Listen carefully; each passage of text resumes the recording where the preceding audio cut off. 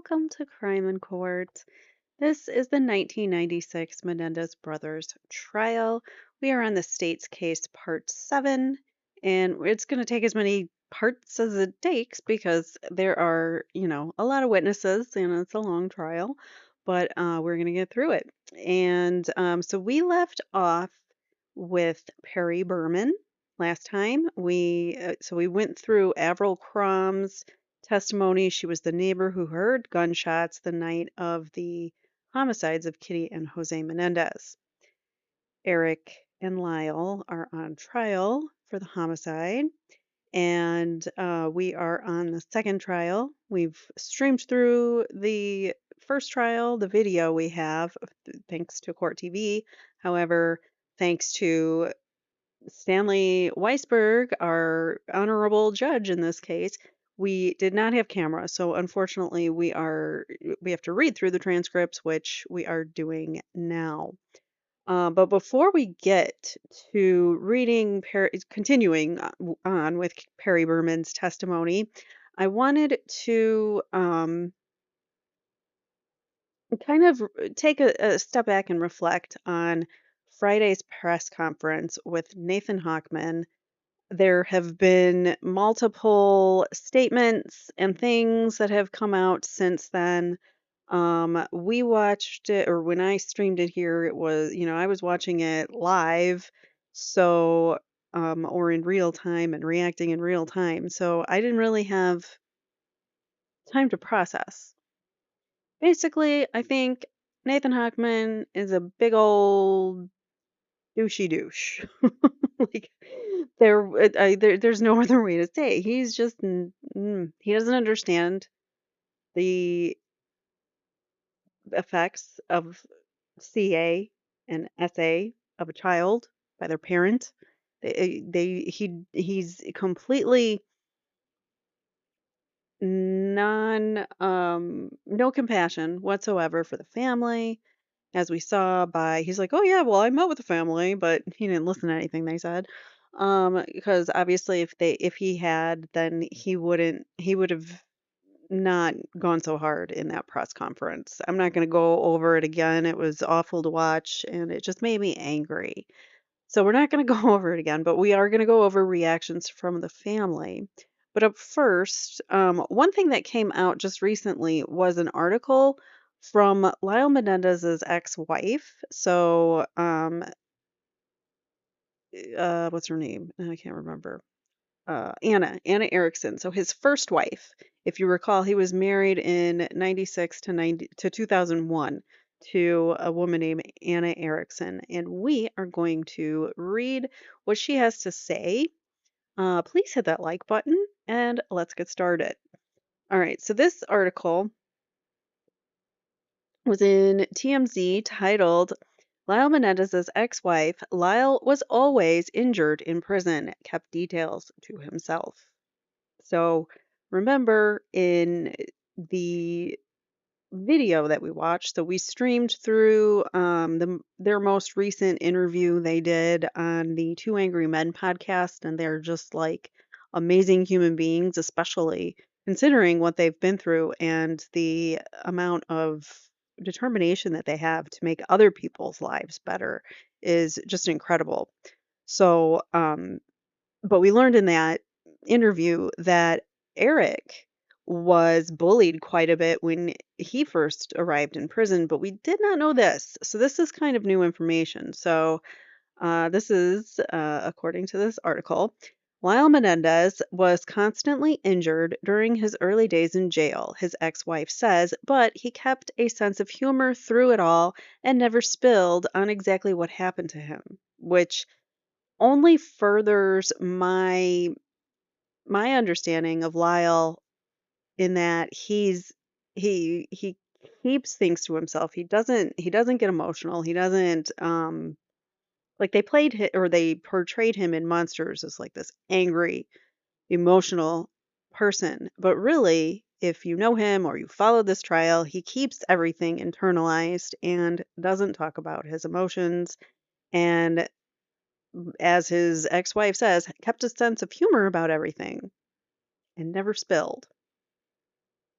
We spoke with Anna Erickson, Lyle's wife from 1996 to 2001, who tells TMZ she went to visit Lyle quite a bit when he was first incarcerated, and he was clearly suffering from a series of injuries when she saw him. This breaks my heart, knowing both Erik and Lyle were bullied, beat up, uh, terrorized in prison. When we know that their lives before prison was they were not good in the sense of they were also experiencing violence there. So it is quite frustrating that. Okay, now my page just froze. Hold on a second. All right, I think we're good now. All right, it says Erickson says she once saw the white of his eye was blood red, and another time he couldn't even walk properly. Anna says she sent Lyle new shoes, but later noticed he was wearing some old ones that she didn't recognize, and she believes that the ones were taken from him. The ones that she sent him were taken. Despite the obvious issues, Anna says Lyle never opened up to her about what he was going through, claiming instead he was injured playing basketball. He never complained, she said, despite living a brutal experience. On one occasion, Anna remembers the warden at the prison where Lyle was doing time telling her that Lyle needed to come out of his cell to avoid adding more time to his sentence. When she told Lyle this, he responded by explaining he saw a fellow prisoner's throat slit one day, and he didn't want to leave his cell in the morning after that because he feared for his life. Remember, they went into prison. Lyle was 21, Erik 18. They came from a real crappy upbringing with some real shitty parents, some really great family, but some really shitty parents. Their supporting family that is remaining is quite amazing, and they got a good family there. So, luckily they did, and hopefully when they get out soon, which we're going to say they're going to get out soon, um, they will be reunited with their family. All right, so Anna says the brothers' phone calls with their therapists and a priest helped the brothers to calm down and care for themselves behind bars. The help allowed Menendez brothers to deal with their emotions. As we told you, Erik spoke with Harvey. Okay, well, we listened to that, so we don't need to get into the rest of that. All right, so that was a TMZ article, very interesting, about his days in early on in prison. Up next, I want to go through all of the different statements that were released after this horrible press conference that we all suffered through on Friday. So, if you recall from the Two Angry Men podcast, this gentleman, he's a rapper called X Rated. This is his official X. He sent a message here for Erik and Lyle. He says, "My big brothers." If you recall in the Two Angry Men podcast, he said that he got out.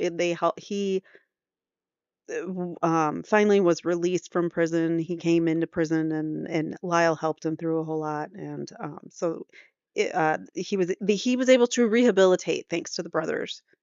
He says, "My big brothers, I would not be free without Lyle and Erik's contributions to my life. They helped me through the process of making parole at a time when they had no hope of making parole themselves.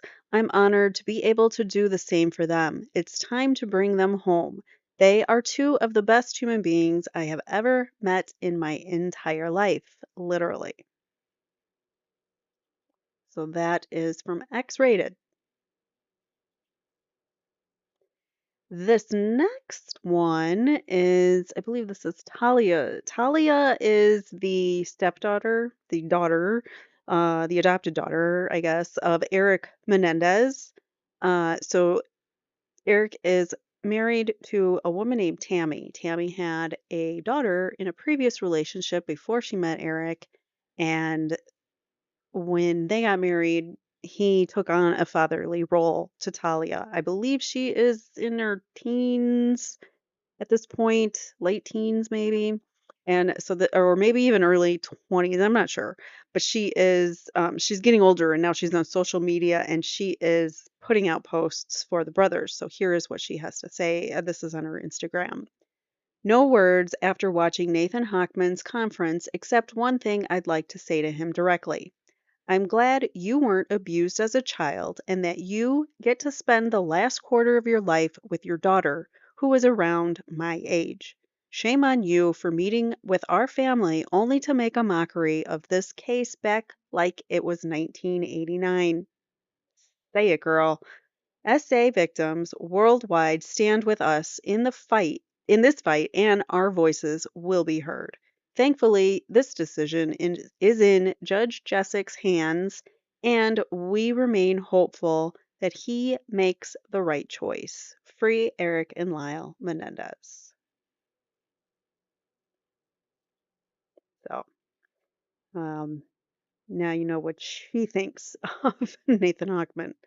This next one I want to play for you. So let me get the volume on and let me get Was it up here. spicy, huh? Yeah. All right. Hold on. Let me make it bigger.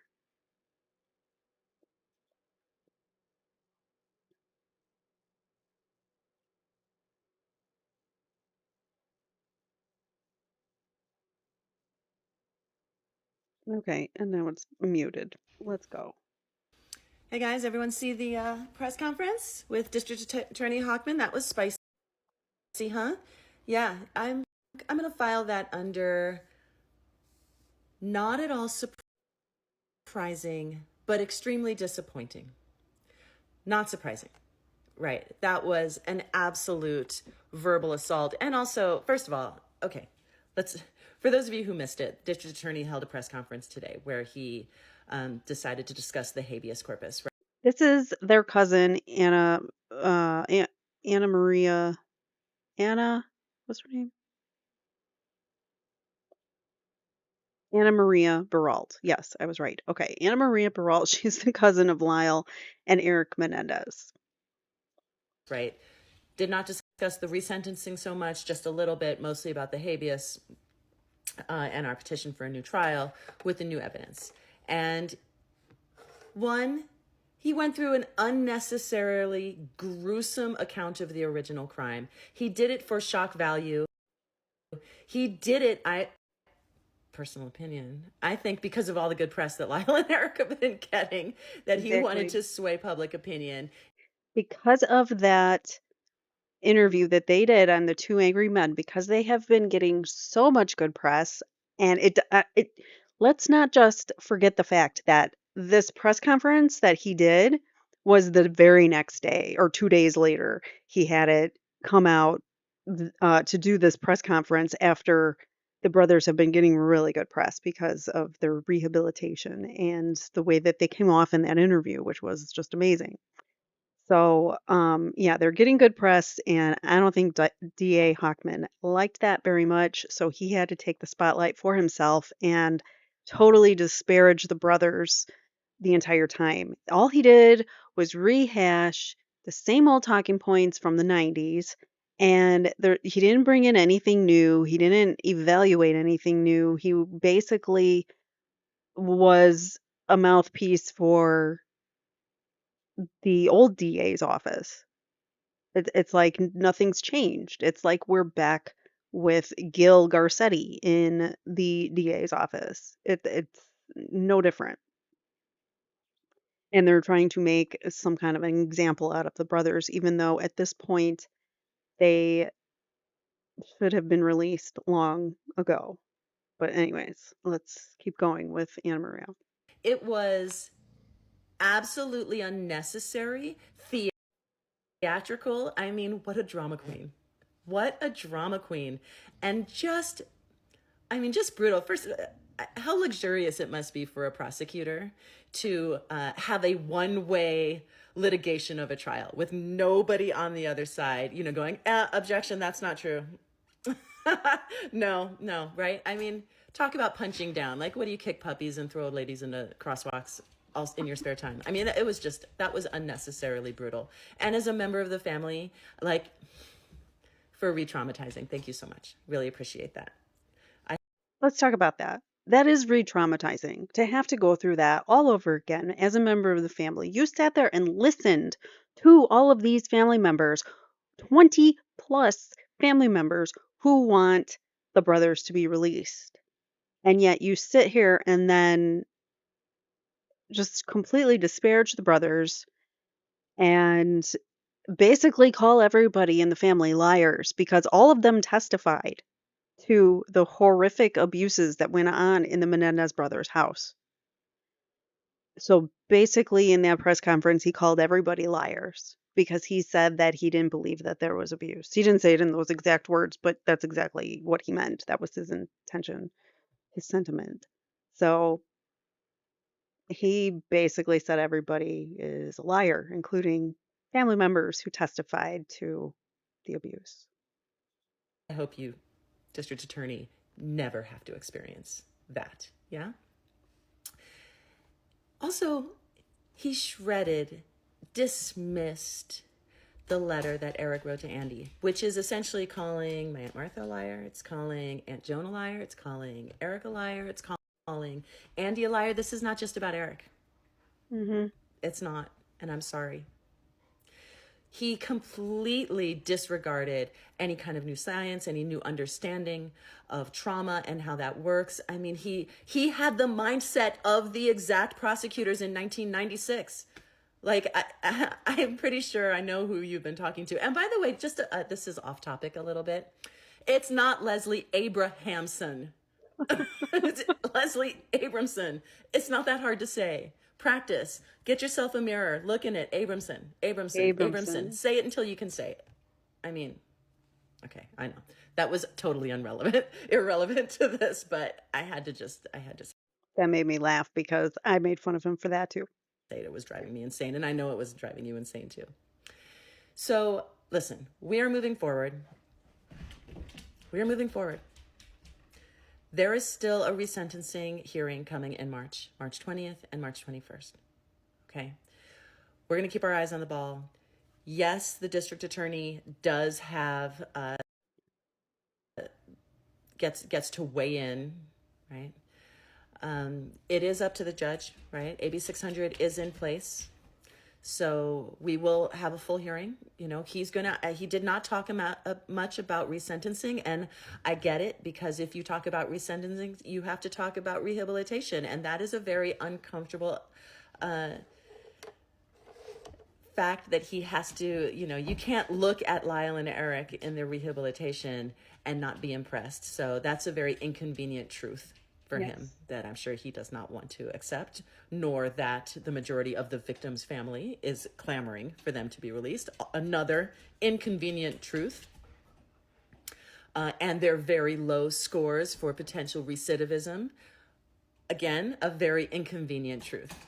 Yeah, when we're heading into resentencing. So I would like you guys to remind all of you that that is what resentencing is about. Okay? It is not about that shit show of whatever that press conference was. Okay? It's life post-conviction. So we're going to keep our eyes on the ball. And then again, he mentioned Governor Newsom like 5 times. So, hey, Governor Newsom, if you're watching, which I know you're not, but if you are, he, short of begging you to get involved, Pretty much. district attorney, right? He was like, please, this is me interpreting what he actually meant by his press conference. I'm begging you, please take this off my desk. I don't want to deal with it. That's just my opinion. I am not psychic. I don't have the SP. I can't really get into... He basically said to the effect of, Gavin Newsom could give them both clemency right now and they could be free. Like, basically saying, like, take it off my hands. You could do this. You could end this now.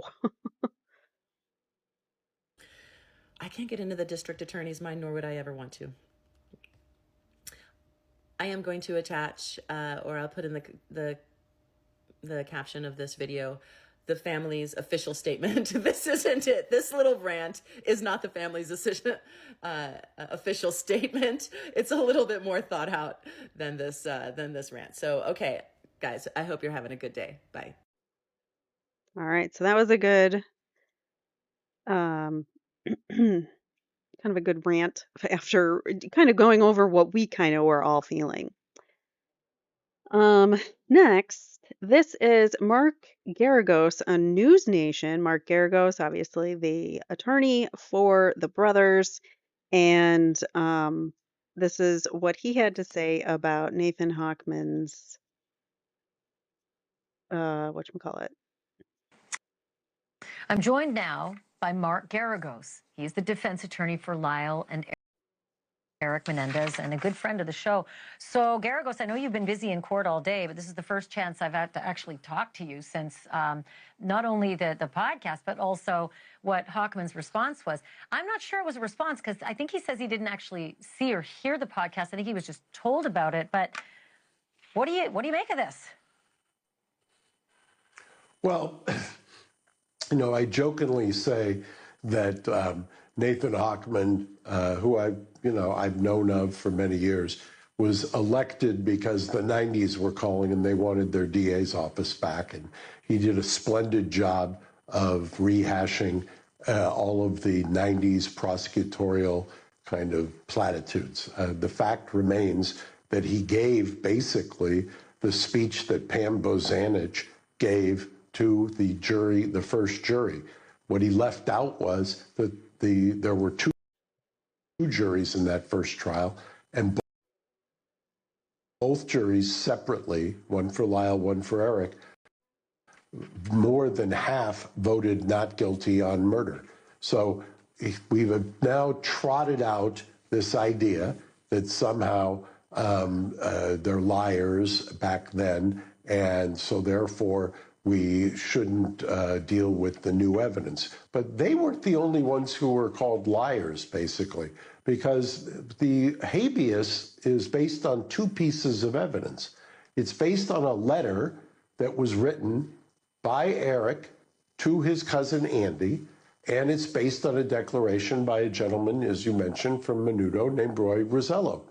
Well, he didn't really deal with, and the habeas doesn't deal with, Roy Rosello because they can't, because Roy Rosello, they said something that made no sense, the habeas said, because Again, they didn't know about Roy, that Garagos, couldn't go to their state of mind. So our audience, yeah. I want to just make sure our audience knows Roy Rosello was the boy band member of Menudo who came forward and said, hey, Jose Menendez did this to me too. So he gave some credibility publicly to the argument that Jose Menendez was a child sex abuser. So I just want to make clear when you make comments about his name, that's who that guy is. And right, and for those who don't know, Jose Menendez was an executive at a record company. Menudo was signed to that record company. For some reason, the habeas response that was filed, and Mr. Hochman, who was parroting that, said, well, the boys didn't know about that then, so that couldn't have been the reason that they did the killings, and which is beside the point. The point is, no, here was a third party who has now identified Jose as the predator who raped them. And on top of it, this third party, Mr. Rosello, said it happened in their house. And why is that significant? Because he felt he was so safe in his house because Kitty was protecting him, protecting Jose, that he could take somebody who wasn't his son there. And remember, this is the same guy who there was credible testimony from other relatives that there was a hallway rule where you could not go down the hallway. Kitty was the enforcer if Jose was in the room with one of the boys. So that was nonsense. And then the letter was really infuriating because the letter was found more than 10 years after Andy Cano had died. It was in his effects. And it was found by a journalist in the house, mind you, of Jose's sister.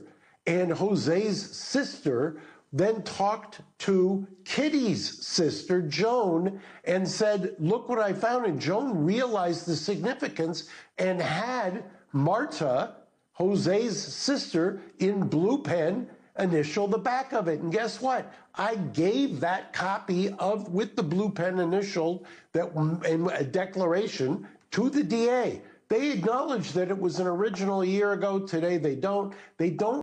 He said in the press conference it wasn't an original, so they couldn't verify it. Garagos just, oops, sorry.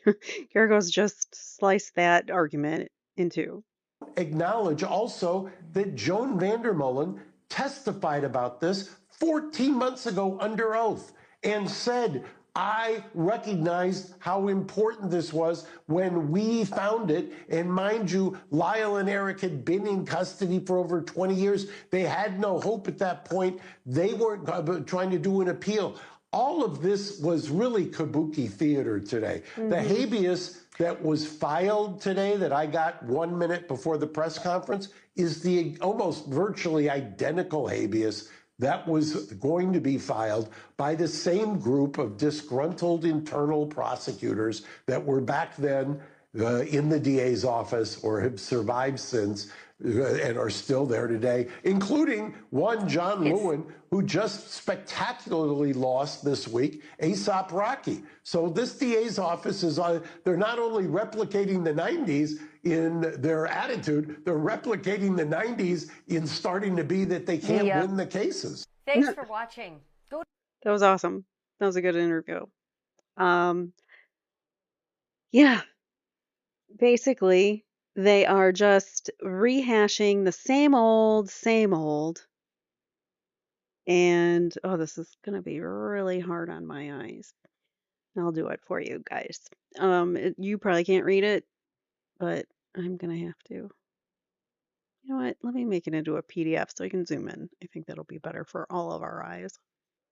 All right, here we go. This is much better. It says, victim's family calls DA's attempt to silence the truth a grave miscarriage of justice. This was a statement February 21st, 2025. The Justice for Erik and Lyle Coalition, a family-led initiative advocating for the release of Erik and Lyle Menendez, issued the following statement in response to Los Angeles District Attorney Nathan Hochman's remarks regarding his pending resentencing recommendation and his opposition to the brothers' habeas petition. District Attorney Nathan Hochman took us right back to the 1996 today. He opened the wounds we have spent decades trying to heal. He didn't listen to us. We are profoundly disappointed by his remarks in which he effectively tore up new evidence and discredited the trauma they experienced. Wow.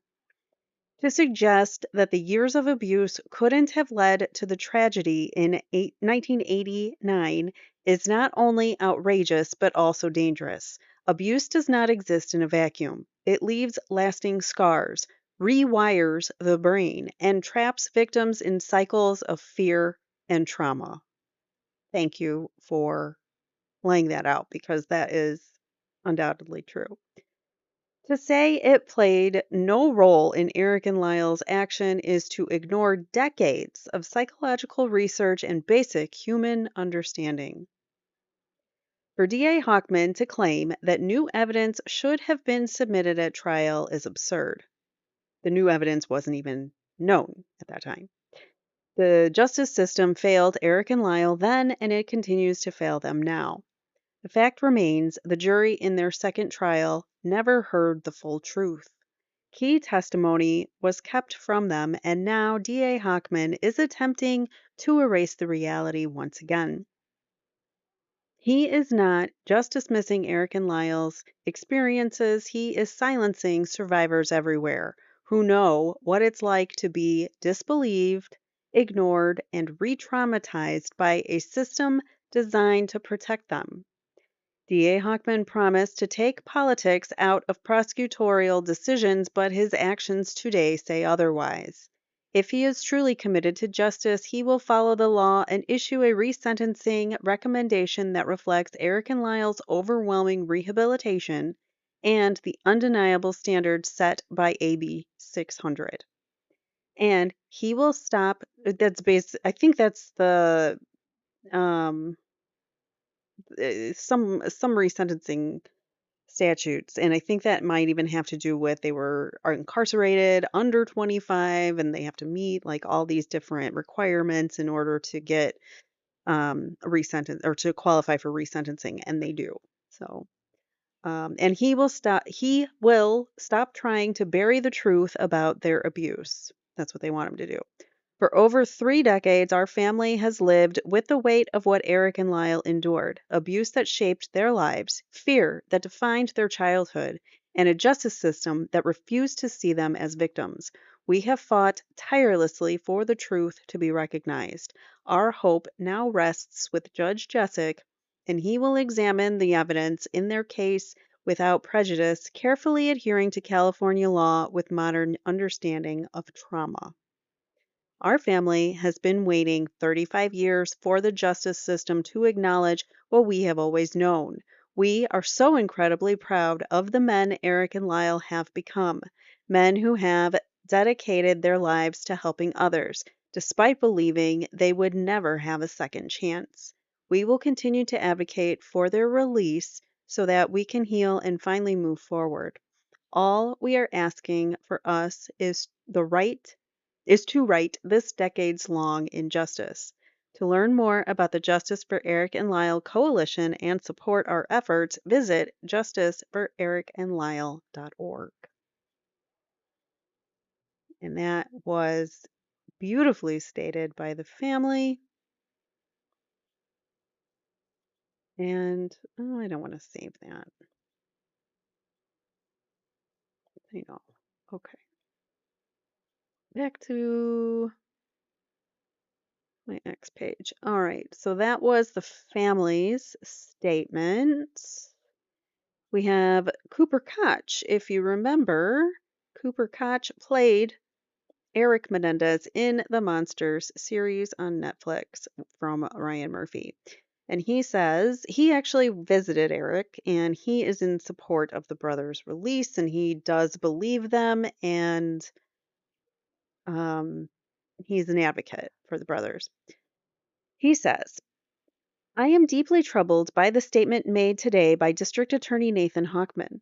It is still my firm belief that the Menendez brothers did not receive a fair second trial, and all the evidence that supported their claims of sexual, psychological, physical, and emotional abuse at the hands of their mother and father were not considered.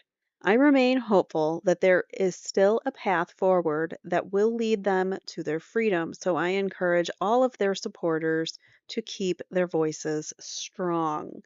And it's fantastic because um, Cooper Koch is a celebrity and he can use his platform to help spread the word about the brothers. So it is, they do have some other celebrities. I know they have Kim Kardashian, Rosie O'Donnell has come up forward. I wish they had some more relevant people, but I think they've got some good spokespeople as it is. Tammy Menendez is the wife of Erik, and this was her, not a statement, but this is what she put out on Friday, shortly following the press conference. She said, Erik is devastated after 35 years to face a prosecutor who not only chooses to not believe him, but still questions why male survivors of sexual abuse, in this case, Roy Rosello, take so long to come forward. It is because they are not believed. The family and I are in shock that our fervent wishes to see Erik and Lyle home are cast aside and political interests take precedence in the media. Enough is enough. It is deja vu from 1993. So everyone's like, I feel like I'm in I feel like I'm in the past because it's such an awful reaction from this prosecutor.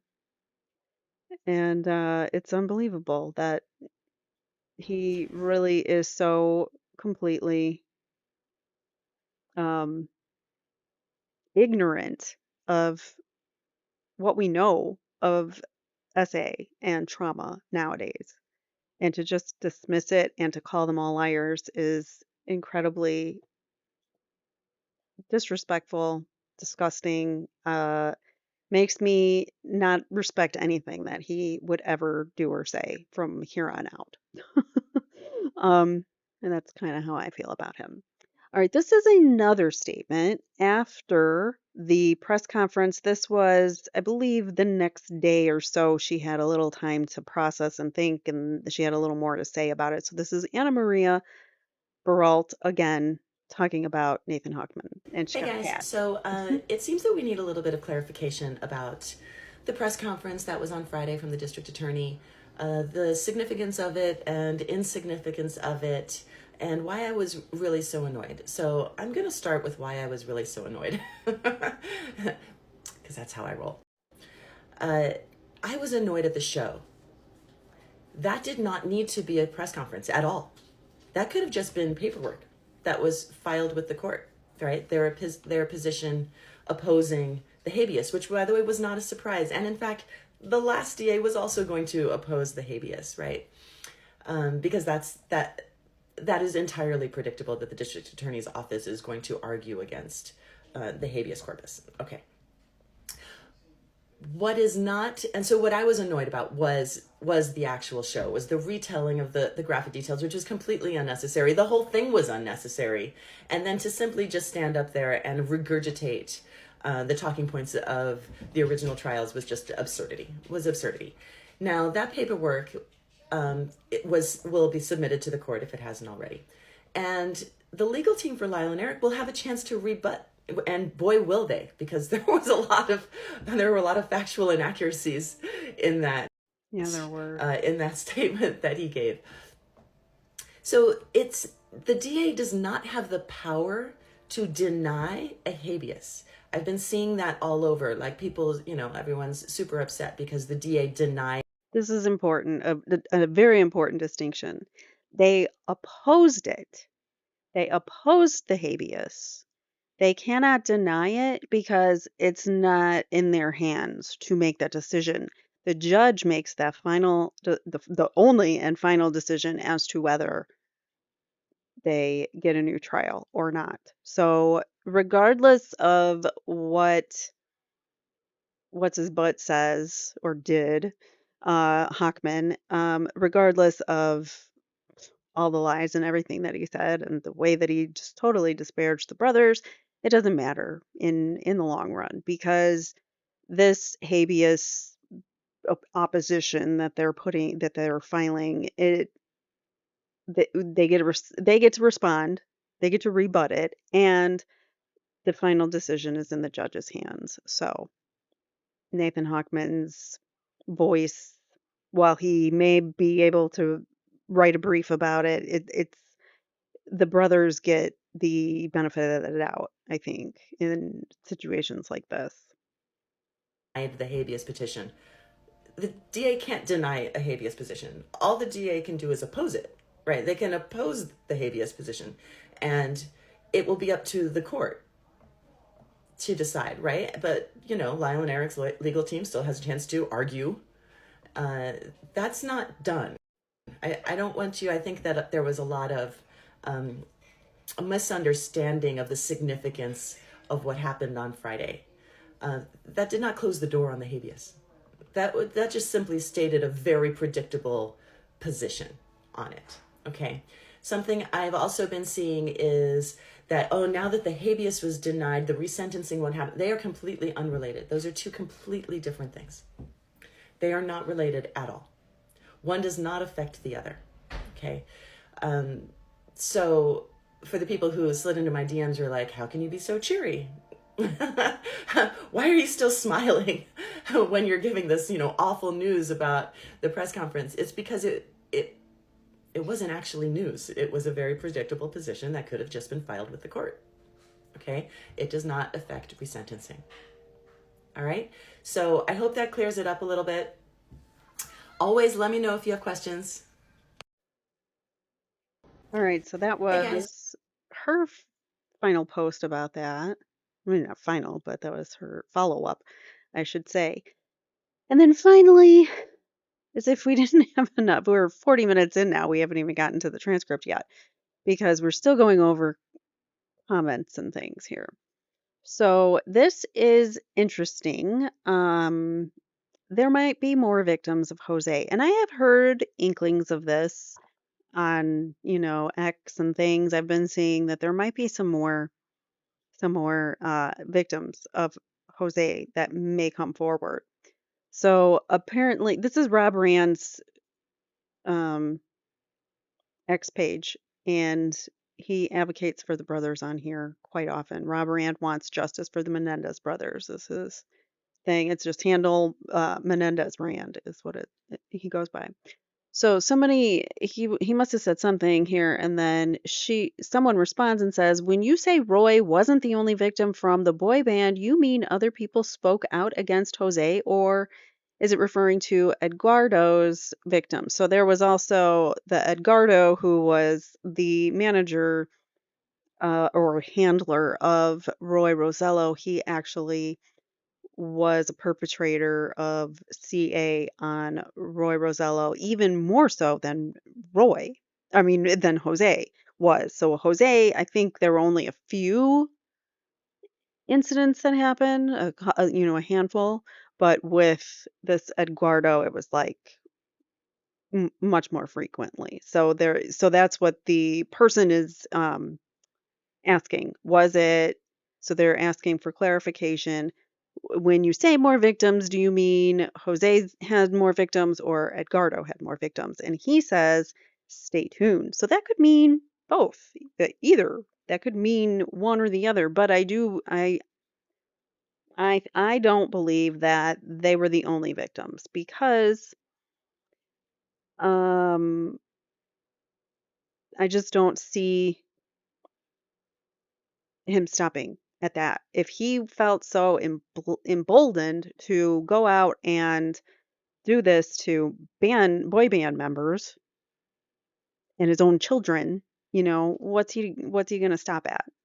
And he had access to boy bands and all sorts of celebrities and wannabe celebrities throughout RCA where he worked. So um there's that. I don't think that Roy is the only non-family member.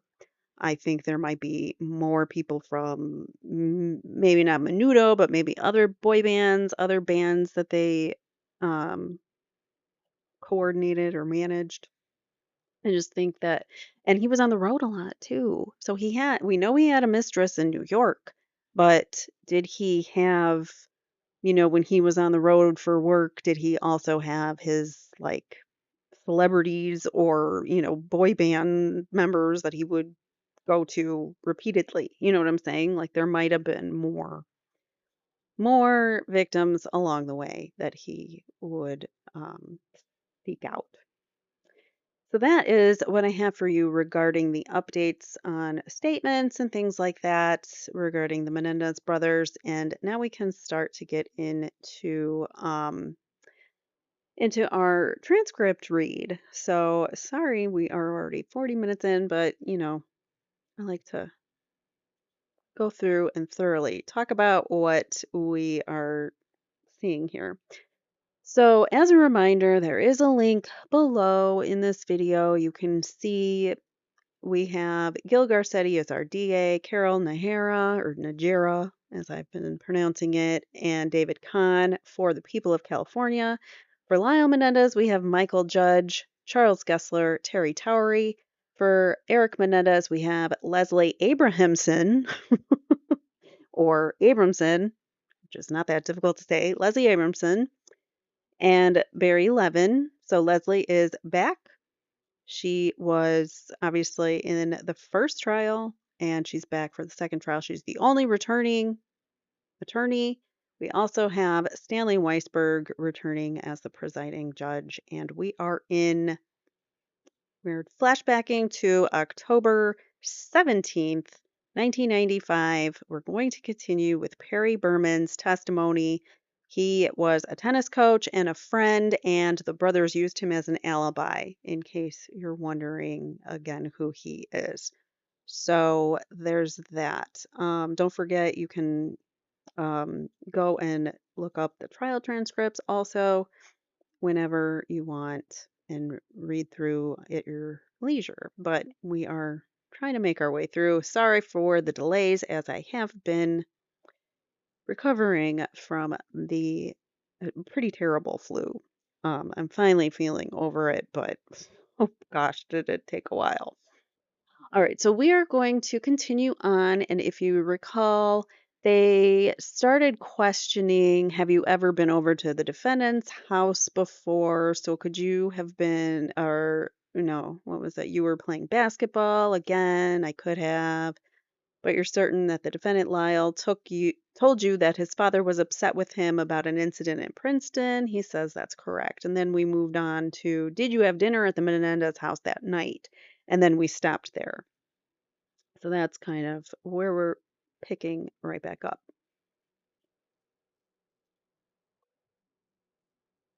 All right, sorry, I'm gonna adjust. All right, so question, and who's doing the questioning? I think, is it, I can't remember now. Ms. Nahara. Okay, so Ms. Nahara is doing the questioning, and Perry Berman's on the stand. Now, when was the going back to August 20th, 1989, were you at your home in the morning of August 20th, 1989? At some point in the morning, yes, I was. Now, between this incident, where you were talking to the defendant Lyle Menendez and August 20th, 1989, had you had any contact with the defendant? I do not believe so, no. So going to August 20th, 1989, you said that you were at home at some time in the morning, is that right? That's correct. Do you recall what time you got home that day?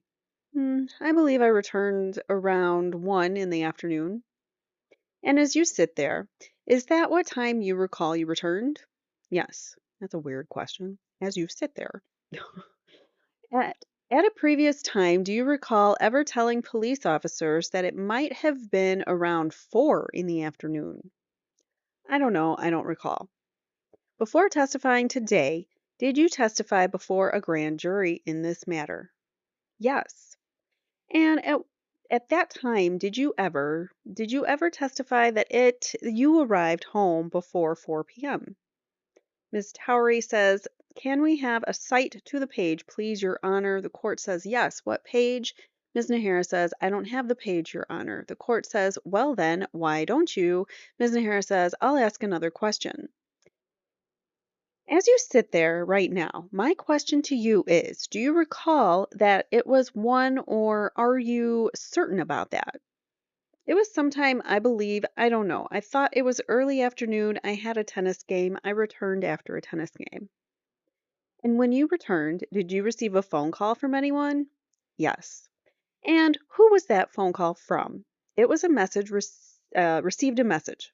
And who was it? Where was the phone message? Where was the phone message? It was on my answering machine. And who was it from? Lyle Menendez. And when you got that message, did you respond to it?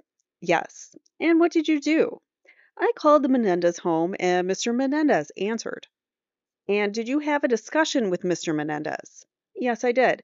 Lyle, he told me that Lyle was at, I believe, the Beverly Center with Erik. They were shopping, and I just spoke to Mr. Menendez regarding opportunities in film distribution. And why did you talk to him about opportunities in film distribution? At the time, I was in advertising and I felt that I wanted to make a career move, and I was always, passionate about the film business, and it was an area that I wanted to explore further. And he said he was going out of town early that week and that when he returned, he would call and set up an appointment to meet with me. So when you say he said this is Mr. Menendez? Mr. Menendez, yes. Mr. Menendez said he was going out of town. Yes. So you were going to make plans later to meet? Mr. Menendez, yes. Later in the week or following week, whenever he returned. Now, after this conversation, did you ever speak to the defendant, Lyle Menendez? Yes. And how did that come about? He got the message from his father and he called me. Mrs. Towery says, objection, move to strike. Hearsay as to whether Lyle Menendez got a message from his father. The court, objection sustained as to the answer, and the answer is stricken. You may clarify it. Ms. Nahara says, thank you, Your Honor. Did you receive a call from the defendant, Lyle Menendez, after you spoke to his father? Yes. And at about what time did you receive this call? I believe it was around 5 to 6 p.m. And at that time, did you have a conversation with the defendant? Yes. And what did you discuss? About getting together that evening, and I told him that I already had plans to go to the Taste of LA, which is a food festival down at Santa Monica Civic Auditorium. And he said he already had plans and his brother, or with his brother, to go see Batman in, I believe it's Century City. Did he, meaning the defendant, Lyle Menendez, was he the first one to suggest getting together? Yes. And after he told you that he had plans to see Batman and you had plans to go to the Taste of LA, what did you discuss doing, if anything? About possibly getting together later that evening. He was going to go to see the movie, and then when it got out around 9:30, he would head down to the Taste of LA. I'm sorry, what movie did you say he was going to see? Batman. And after you discussed the movie and the Taste of LA, did you discuss a time that you might meet? Yes, we were going to meet between, I believe, between 9:30 and 10 in that area, or before 10. And did you discuss anything else in that conversation? Not that I can recall. Now, after you made your plans with defendant Lyle Menendez to meet, what did you do? I went to the Taste of LA with my friend Todd and spent a few hours there. Again, it was a Sunday, and I believe it was the last night of the food festival, and it was already after 10. It was like 10:15 already, and they were closing up a lot of concessions and all that. And we decided to leave. It was like 10:15, 10:20. So it went from 10 to 10:15 to 10:20, looking for Lyle and Erik, not finding them, and went back to my home. And when you say your friend Todd was this your friend Todd Hall? That's correct. So after 10:15 rolled around and you could not find either defendant, you went home? Did you hear from them? Yes. And did you hear from one or both? One. And which one did you hear from? Lyle. And at approximately what time did you hear from the defendant, Lyle Menendez? I would say it was close to like quarter after 11 that evening. Did you hear from him one time that day or more than one time that day? Twice. And as you sit there now, do you recall the times that you heard from him? Again, the first call was around quarter after 11, and then he called back about 5 minutes later. Miss Nahara says, Your Honor, I have an exhibit which has been marked in this trial as 79. The defense has seen it. May I approach the witness? The court says yes. Ms. Nahara says, showing you Exhibit 79. Have you had an opportunity to look at the exhibit before? He says yes. And does it refresh your memory as to exactly what time you were called by the defendant Lyle Menendez? That's correct. And what times were you called by the defendant Lyle Menendez? 11:07 approximately and 11:15 p.m. And the exhibit that you're looking at is that some kind of credit card recordation of the calls of your to your number. Ms. Towery says, objection, not within the personal knowledge of the witness, calls for speculation. The court sustains that. Ms. Nahara says, now, when you first heard from the defendant Lyle Menendez at 11:07, was this in person or over the phone? Over the phone. And did you have a discussion with him? Yes. And what did he tell you? That he wanted to know why we didn't, meet at the Taste of LA. I said we waited until 10:15, 10:20. They were closing up and we decided to leave. I thought Lyle and Erik decided not to come down after all. I thought maybe it was getting late and they thought they would just go home or do something else. And I said, well, it's too bad we didn't get together. Maybe we can get together, later this week. Did he And he suggested he was persistent with this, that he wanted to see me that evening, that he wanted to talk about his tennis game and going back to Princeton University in the fall. Going back in this conversation a little bit, did he, the defendant, Lyle Menendez, tell you why he didn't meet you at the Taste of LA? Yes. He said that they got lost, and when they saw the 4th Street exit off the Santa Monica freeway, they went downtown instead of west towards Santa Monica. Now, he told you that he wanted to get together to talk about his tennis game and Princeton. Is that correct? That's correct. And what? How did you respond to that?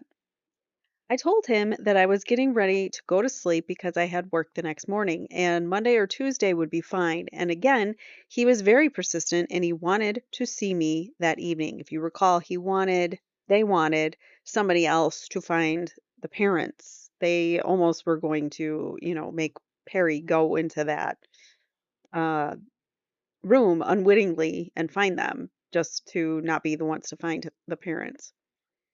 He says, so I said, fine, let's meet at the Cheesecake Factory in Beverly Hills on Beverly Drive in 20 minutes. When you say he got very persistent, what do you mean by that? If you could describe how he got persistent.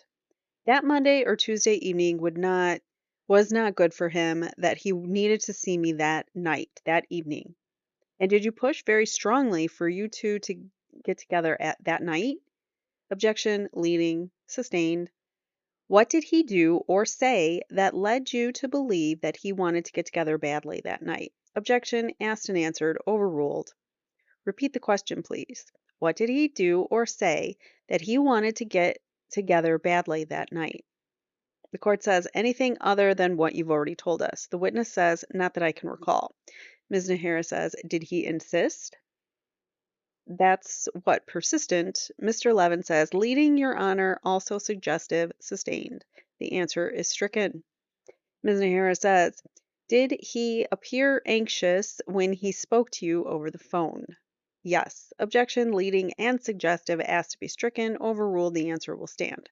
Ms. Nahara says, did he seem excited when he spoke to you over the phone? A little bit, yes. Now you said that you agreed to meet him. Is that correct? That's correct. And where was it you agreed to meet? At the Cheesecake Factory in Beverly Hills. And when were you going to meet with him at the Cheesecake Factory in Beverly Hills? In about 20 minutes after that conversation. How late is the Cheesecake Factory open, guys? Now, was it your understanding that you were going to meet with the defendant, Lyle Menendez, alone or not? With Erik as well. So it was your understanding that you were going to meet at the Cheesecake Factory with both defendants? That's correct. Now, after that first conversation, and you receive a second phone call from the defendant, Lyle Menendez? Yes. And is this the one that you testified was a few minutes later? That's correct. And what happened when you got the second phone conversation, the second phone call? Lyle called a second time and said that instead of meeting them at the Cheesecake Factory in Beverly Hills, that I should meet them at their home because Erik wanted to go and pick up his fake ID in case he wanted to have a few cocktails. I told him that I would not do that, that I would give him an extra 5 minutes or 10 minutes and meet him at the Cheesecake Factory in a half an hour. I'm sorry, were you through with your answer? Was there any particular reason why you didn't want to meet them at their home? No, I just didn't want to. It was late at night and I didn't want to drive all over the place. And at what time were you going to meet them at the Cheesecake Factory after the second conversation? At this point already, it was going to be close to 11:45. And what happened after this conversation? I went down to I waited a little bit. I was closer to the Cheesecake Factory than they were. Waited 15 minutes or so, went to the Cheesecake Factory, waited in my car for a little bit, then walked inside the restaurant. I thought maybe I might have missed them. Walked inside and noticed that they were basically cleaning up for the evening, and I asked if two young men walked in, dark hair, about 6 feet in height, early 20s, and they said no. And when you received that information from the people working at the Cheesecake Factory, what did you do, if anything? Got back in my car. And at this point, I was upset because it got me out of my home and waiting in the car and driving. I thought I was going to meet them later that evening. So at this point, I was upset with them and I started to drive by the house and I thought they might have been outside just goofing off, whatever, and I was going to, yell at them. Ms. Nahara says, Your Honor, I have another diagram which I'd like marked Peoples 86. It is a map, basically. Counsel has seen it. The court says, okay, before we get into that, we'll take a break here and we'll resume at 1:45. Don't discuss the matter with anyone. Okay, okay, okay. They go on a break. And then they come back. Everyone is present. We'll now resume. We'll have the jury come out. The jury entered the courtroom and the following proceedings were held. The court says, okay, everyone is back. You may continue your direct examination. Ms. Nahara says, thank you, Your Honor. Now, Mr. Berman, you testified earlier that you went to the Taste of LA in Santa Monica that night. Is that correct? That's correct. I'm showing you what has previously been marked, I believe, as 86 for identification, the map. Would you like to take a look at that map and tell me if you've had a chance to look at it before? Yes, I have. Can you show the jury on that map where? Let me hand you a pointer here. Why don't you step down? Here you go. If you'd step to the side or a little bit, if you could show the jury where on the map the Taste of LA is, right here. For the record, Your Honor, I have a small red tab labeled the Taste of LA, which I'm going to have the witness put on the map. The court says, all right. Here's that. Now, after you went to the Taste of LA, did you return to your home? Yes. And could you show the jury on the map where your home is? Sure, it's right here. Your Honor, I have a small red tab marked Berman Home. If I may give it to the witness, why don't you put that right where your home is? And the witness does so. Ms. Nahara continues her questioning and says, now, at some point, you got a message from Lyle Menendez to meet him at his home. Is that right? Yes. And can you show the jury where that is, where the defendant's, Lyle Menendez's home is on the map? Right here. For the record, Your Honor, I'm giving him a little tab to put a little red tab to put there marked 722 North Elm. Ms. Towery says, may I approach? I can't really see. The court says, sure. Ms. Nahara says, there you go. At some point, you were going to meet him at the Cheesecake Factory rather than his home, is that correct? That's right. Can you show the jury where the Cheesecake Factory is on the map? Right here, right here. And he's pointing to it. I'm giving you a little red tab marked Cheesecake Factory to place where it is that you've just placed the pointer to show the jury the location of the Cheesecake Factory. Okay, and you can sit down now. Now, you testified prior to the break that you went to the Cheesecake Factory to meet the defendants and didn't see them there. Is that correct? That's correct. And after that, did you go to their home that you've marked on the map at 722 North Elm Drive? I'm sorry, after not meeting them at the Cheesecake Factory. That's correct. Now, going back to this time on August 20th, 1989, what happened after you arrived at their home? I noticed there were many police cars out and a lot of police officers with guns, shotguns. So I immediately pulled off to the side, and the other police car drove in back of me and stopped the car and asked what I was doing there. And I told him, do you want me to continue? Uh, he asks, he says to Ms. Nahara, do you want me to continue? She says, what did you tell the police officer? I told him that I had plans to meet Erik and Lyle Menendez earlier that evening at the Cheesecake Factory and they never showed up. And he says, where do they live? I said, 722 North Elm Drive. And then he responded, there was some trouble there this evening, and he wouldn't elaborate on that. And when he didn't elaborate, did you do anything? He started to ask me questions, my name, where I live, telephone number, home number, and office number, office address, and he told me just to go home. And what did you do when the police officer asked you to go home? I went home. And after you got home, did you do anything? I called. Actually, I called the police station to find out more information and spoke to a Sergeant Edmonds. And he told me if he needed to speak with me, he would call me later on. This already was, I believe, after midnight, and I got a call in the middle of the night, 4:30 in the morning, and he called me to come down to the Beverly Hills police station. Now, when you say he called, who called you? Sergeant Edmonds. He called you to go down to the Beverly Hills police station? Yes. And what did you do when he told you? I got dressed, went down there to meet him. And when you got to the Beverly Hills police station, was anyone there that you knew? No. Did you see the defendants there? No. Saw them later, afterwards. So when you got there, did you speak to Deputy Officer Edmonds, Sergeant Edmonds? Yes, I did. Now, at some point later, did you speak to the defendant, Lyle Menendez? That's correct. About what time was that? I would say it's closer to 6 in the morning, 6 a.m. And where was it that you saw him? In the waiting area at the police station. So you saw him that morning at the police station? Right, after I met with Sergeant Edmonds. Does she have to ask every question, like every answer he gives, she asks a question to um, basically the same thing that he just said, but she asks it in question form.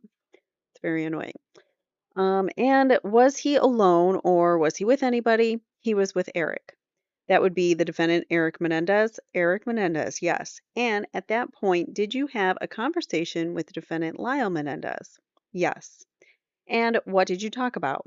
I asked him who could have done this. I asked them if it was a robbery, and he said no, it was business related. And did he tell you whose business it was related to? His father, Mr. Menendez.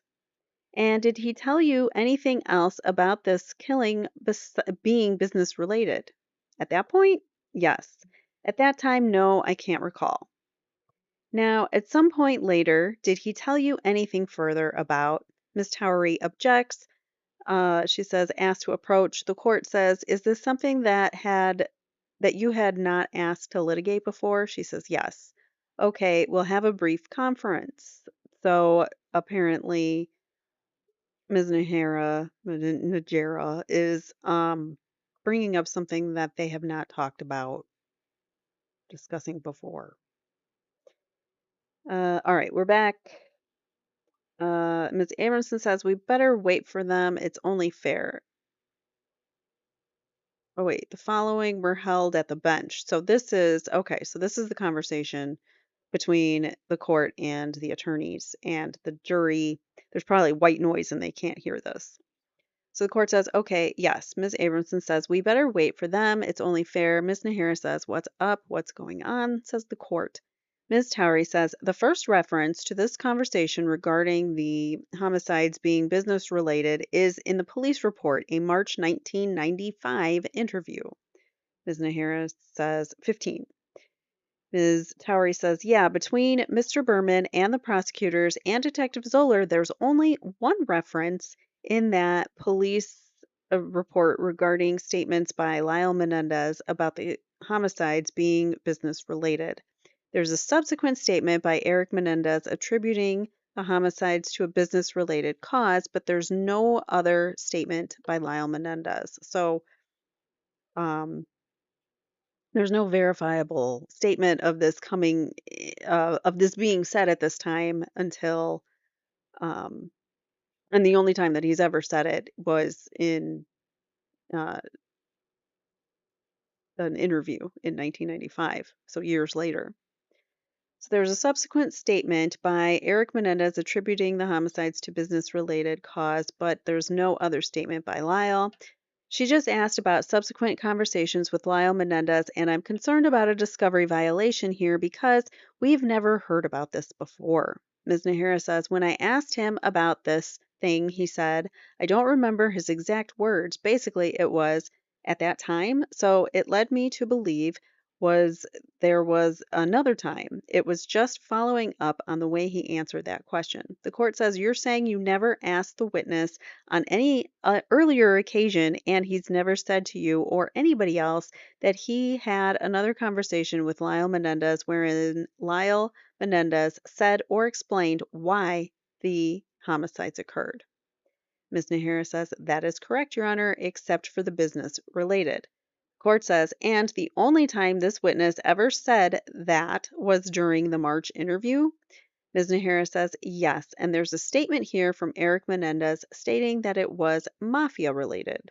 Ms. Towery says no, not mafia related, business related. My objection initially, their theme in this trial is the mafia theme, and clearly they inquired of this witness as to whether or not Lyle Menendez or Erik Menendez ever indicated to this witness that the homicides were either business related, mafia related, or mob related. Now, Ms. Towery would, or Ms. Nahara, sorry, Ms. Nahara would have us believe that they never inquired of this witness as to whether there were any subsequent conversations after the conversation at the Beverly Hills police station between Lyle and this witness about mob, mafia, or business related. The court says, Ms. Towery says, that seems awfully unlikely to me, Your Honor, first of all. And secondly, again, well, does it? Not with this witness. Ms. Towery says, I think with this particular subject matter, Your Honor, I think in general, probably not. But I think with respect to this subject matter, I think most clearly the prosecutors asked him specifically about these conversations. He's never mentioned anything about business related or mob or mafia related in his testimony before the grand jury, in his testimony before the last jury, at the last trial, last juries at the last trial, and in any of his interviews by the police, which I believe there were two separate ones conducted. I taped a taped interview, and the court says, right. Ms. Towery says, a subsequent interview. I think it's reasonable to believe that they didn't ask him specifically. The court says, well, I have a statement by the prosecutor saying she didn't, and so there's no reason to believe otherwise at this point. So, what do you want me to do? Ms. Nahara says, we asked him about the statements, but Ms. Towery says, perhaps we could have a hearing out of the presence of the jury and find out what the witness's answer is, since no one seems to know. The court says, I don't think that's necessary at this point. I don't think there's sufficient justification for that. Your objection is denied. Let's proceed. Obviously, if something develops and casts a different light on this whole thing, we can pursue it.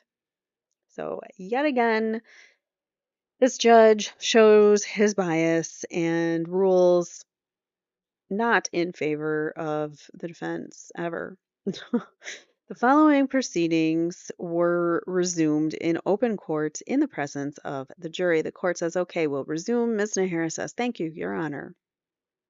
Now, going back to what I was asking you before the break, you stated that you had a conversation with Lyle Menendez on the early morning of August 21st, 1989. Is that correct? That's correct. And is that the conversation where he told you that the homicide of his parents was business related? That's correct. And do you recall, was that something that was discussed with you a few months previously to today's date? Did anyone ask you about your conversation with the defendant, Lyle Menendez, a few months ago? I believe so, yes. And did you tell individuals at the time? Ms. Towery says, objection, hearsay, sustained. Do you recall if you ever had any other conversation with the defendant, Lyle Menendez, about the homicide of his parents after August 21st, 1989, sorry. Yes.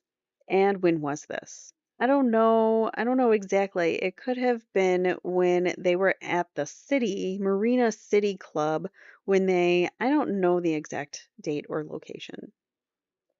And what was that conversation about? Objection, vague, and as to what the conversation was. Ms. Towery says, the court says, could you be more specific in who you're asking? Ms. Nahara says, sure. When you had this conversation with the defendant, was it defendant Lyle Menendez at the City Club? I had a conversation with Erik Menendez on another occasion when I'm sorry, do you want me to continue or no?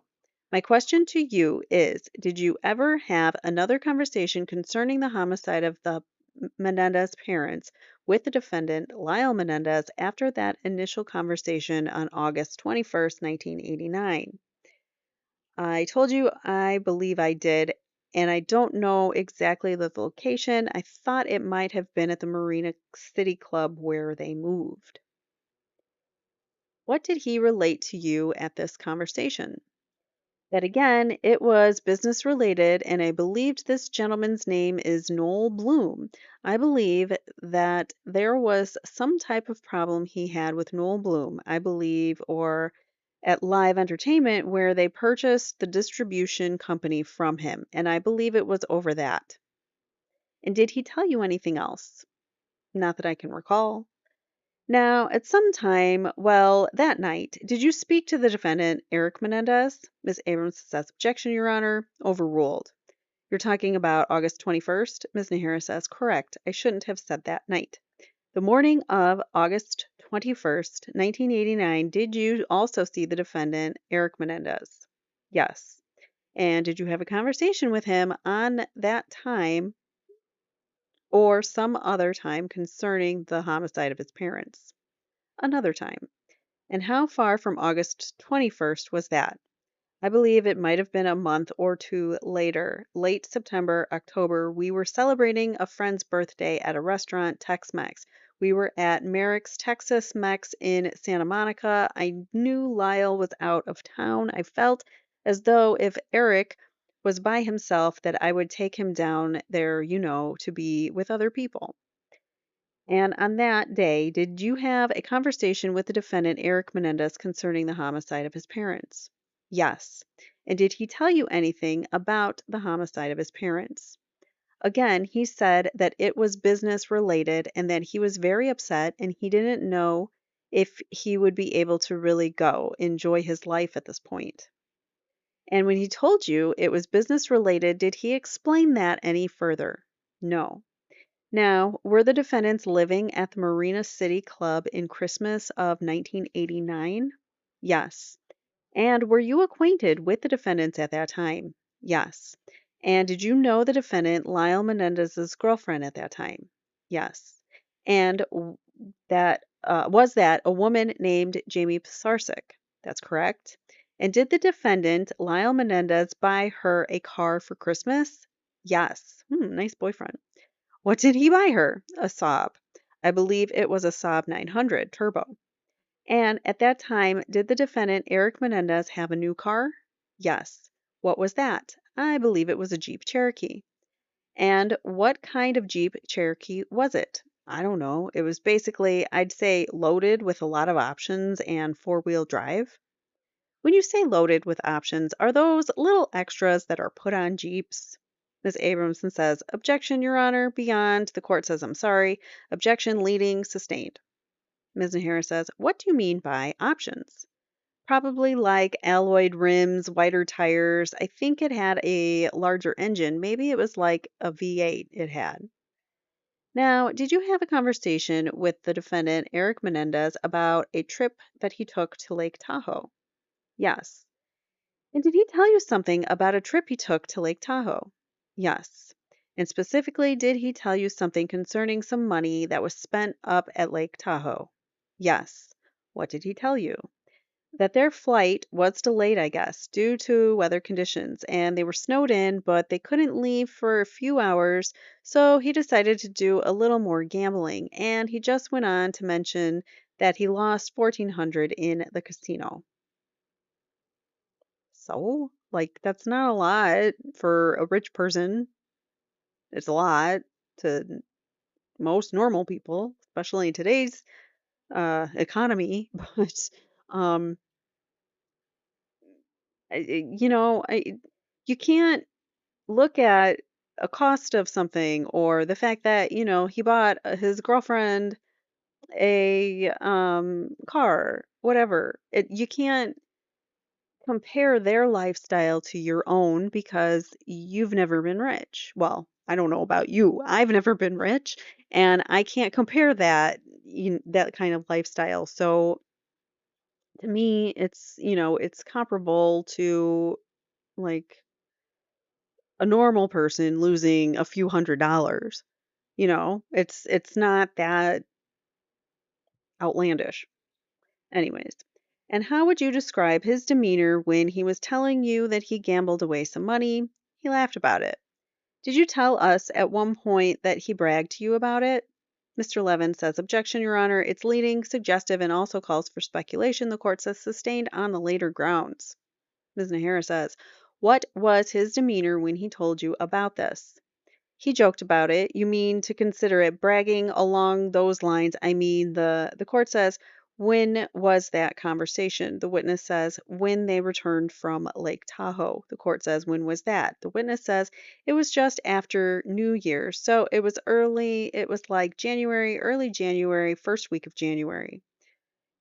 And the court asks, in 1989? The witness says 1990. The court says 90. Yes. Thank you. May I have one moment, Your Honor? District attorneys confer. Ms. Nahara comes back and says, I have nothing further. The court says, okay, who's going to cross-examine first? Ms. Towery for Lyle is going to be doing the cross-examination at first. Here. Why is my highlight not staying selected? All right. Ms. Towery says, I am, Your Honor. Cross-examination begins. Ms. Towery says, good morning, Mr. Berman. Good morning. You indicated in your direct testimony that you knew the Menendez family in New Jersey. Is that correct? That's correct, yes. And you met them at around 1985? Yes. And what contact did you have in New Jersey with the Menendez family? It was strictly at the tennis club, East Brunswick Racket Club. You were an instructor there at the time? That's correct. Did you teach tennis to either of the Menendez brothers at the East Brunswick? Erik Menendez. And how long did you teach Erik in New Jersey? I'd say it was about 6 months. And did you also meet Lyle Menendez while you were living in New Jersey and teaching Erik at the Racket Club? Yes. But you became friendly with Lyle Menendez after you moved to California, is that right? That's correct. Now, you also met Mr. and Mrs. Menendez in New Jersey, is that right? Yes. And that's through your having taught Erik. That's correct, yes. Was there an incident that you recall involving Mr. Menendez and Erik when you were teaching Erik in New Jersey? Ms. Nahara says, I'm going to object to the grounds of 350, 352, and also outside the scope of direct. The court says overruled. Ms. Towery continues, was there an incident that you recall involving Mr. Menendez and Erik when you were giving Erik tennis lessons? Yes. What's that incident? Ms. Nahara says, we'd object under 352. The court says you just did and you were overruled. Okay. I like that sass. So Ms. Nahara, obviously prosecutor, is objecting because this hurts her case, showing how violent, angry, evil Jose is. So this is an incident that Erik had, and they don't want it in. The witness says, I was teaching Erik on the far court, basically an indoor racket club, and there were, I believe, 6 courts, and we were on the far court off to the right, and Mr. Menendez came running on the tennis court and yelling at me that I was too easy on Erik. And I tried to explain to him that I was trying to build confidence in Erik's is a stroke, an overhead, and I was feeding him easy lobs. And he was just having a hard time with it, and he wasn't able to put the ball away. I didn't want to make it difficult for him where he'd be totally disgusted with himself. I wanted for him to build confidence in his overhead, and then at that point, if I felt he was encouraged, that I would make it more difficult and hit deeper and harder lobs. And he didn't agree with me. He just said that he just made a comment that I was just too easy on him and he didn't appreciate the way I was teaching his son. So, if I understand you correctly, you were trying to build confidence in Eric Menendez's stroke, this overhead stroke? Yes. So, you were making it easy on him initially. Right. And that's so that he wouldn't get discouraged and feel badly about his skill. Is that right? That's correct. And then Mr. Menendez came running out onto the court when you were on the far court. That's correct. Was Mr. Menendez yelling at you at that time? Yes. And what was he yelling when he came running out on the court, if you remember? Again, that, I don't know the exact words, but that he was yelling that I was just too easy on him and that he didn't agree with the way I was teaching his son. How old was Eric Menendez at that time? I believe he was 15. And had you ever seen parents, I assume at that time that you had other tennis students that you taught, is that right? Yes. How long had you been teaching tennis when this incident occurred? Objection, irrelevant, sustained. You did have experience with other students and other parents, is that right? Objection, irrelevant, sustained. Had you ever seen any conduct like that before on the part of a parent of a student you were teaching? No. Objection, irrelevant, sustained. The answer is stricken. Ms. Towery continues, did you consider that incident shocking? Objection, irrelevant, sustained. Let's move on to something else, please, the court says. Ms. Towery says, after you came to California, you had more contact with the Menendez family than you had in New Jersey. Is that a fair statement? Yes. I'm sorry, you said you moved to California in 87? Yes. Is that correct? At the time that the homicides occurred, you knew what Mr. Menendez's business was, didn't you? That's correct, yes. What was that business, as best you can recall? It was Live Entertainment. They were a film video company, distributed films. And at that time, what was your business? Were you still teaching tennis? No, I'm not. I'm talking about in 87, when you reestablished your contact with the Menendez family here in California, or actually 88, I guess. Right. When you reestablished contact, what was your business at the time? I was in advertising.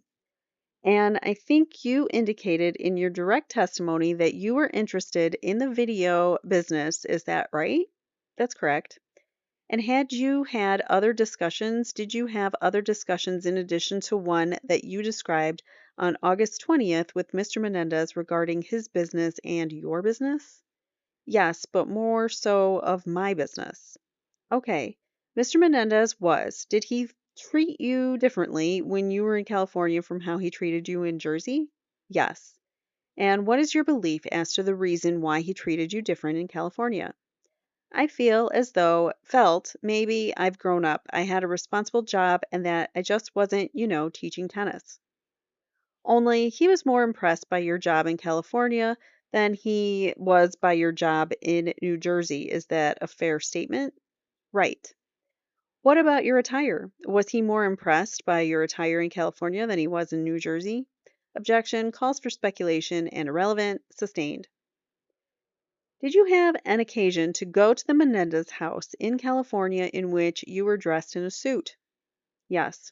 Did you notice a difference in the way that Mr. Menendez treated you from his past treatment of you, either in New Jersey or in California? Objection, irrelevant, sustained. You talked about the events that occurred on August 20th with Sergeant Edmonds, did you not? Yes. And you talked about you went to the station after he called you to come down that next morning, correct? Yes. And you were there at about 5, I think you said? Yes.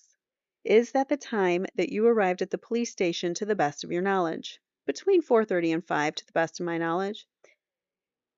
And I don't have any little orange dots, but may I approach, Your Honor? Sure. Can you take my pen and just, if you know, mark on the map where the police station was at that time? I believe it was somewhere in the area here. You made a little circle there. Can you just put an X in there so it's a little more visible, although it's not as good as an orange dot? Thank you. You may take your seat. And before you went down to give a statement to Sergeant Edmonds, which, by the way, was taped, wasn't it? Yes. You saw the tape recorder when you were giving the statement? Yes. Before you went down there, you said that Lyle Menendez had left a message on your answering machine earlier in the previous day. That's what he was asking about, correct? Wait, you've got to repeat that. Okay. You had talked to Lyle Menendez earlier in the day, or the previous day? The previous day. That's what Sergeant Edmonds was inquiring about, is that correct? Yes. And your testimony today was that Lyle left a message on your answering machine the previous day, sometime in the early afternoon, is that right? That's correct. You think, to the best of your recollection, that as about 1 in the afternoon, that he left the message? Yes. I don't know exactly what time he left. I returned early in the afternoon from a tennis game. All right. So you had played tennis in the morning, I take it. That's correct. When you returned from your tennis game, you had a message from Lyle Menendez. Yes. And you returned at about 1 to the best of your right, I believe. And then you returned Lyle Menendez's call and spoke to Mr. Menendez. That's correct. And then you heard from Lyle Menendez. At that time, Mr. Menendez told you that Lyle was not at home, right? Yes. And that he and Erik were out shopping at the Beverly Center, I think you said. Yes. And then you received a call from Lyle again later on in the afternoon at 4 or 5 or 6, correct? Yes. And what time did you talk to Lyle? Or at that time, did you talk to Lyle? Yes. When you spoke to Sergeant Edmonds the following morning at 5 o'clock or so after you got there, did you speak to Sergeant Edmonds? Or you did speak to Sergeant Edmonds, did you not? Yes. And when you spoke to him the following morning, did you tell Sergeant Edmonds what you discussed with Lyle Menendez when he called you from the Taste of LA? Yes. You had 2 telephone calls from him from the Taste of LA, correct? That's correct. And the first telephone call, you had a discussion with him? Yes. About having missed him, right? Right. Did you tell Sergeant Edmonds at that time when you talked to Lyle Menendez in the first telephone call from Taste of LA? Did you tell Sergeant Edmonds that you asked Lyle, what did you do this evening in this conversation? Do you remember saying that? No, I thought I asked him what happened to you because I knew they were going to see Batman. And he went on and explained that they got lost.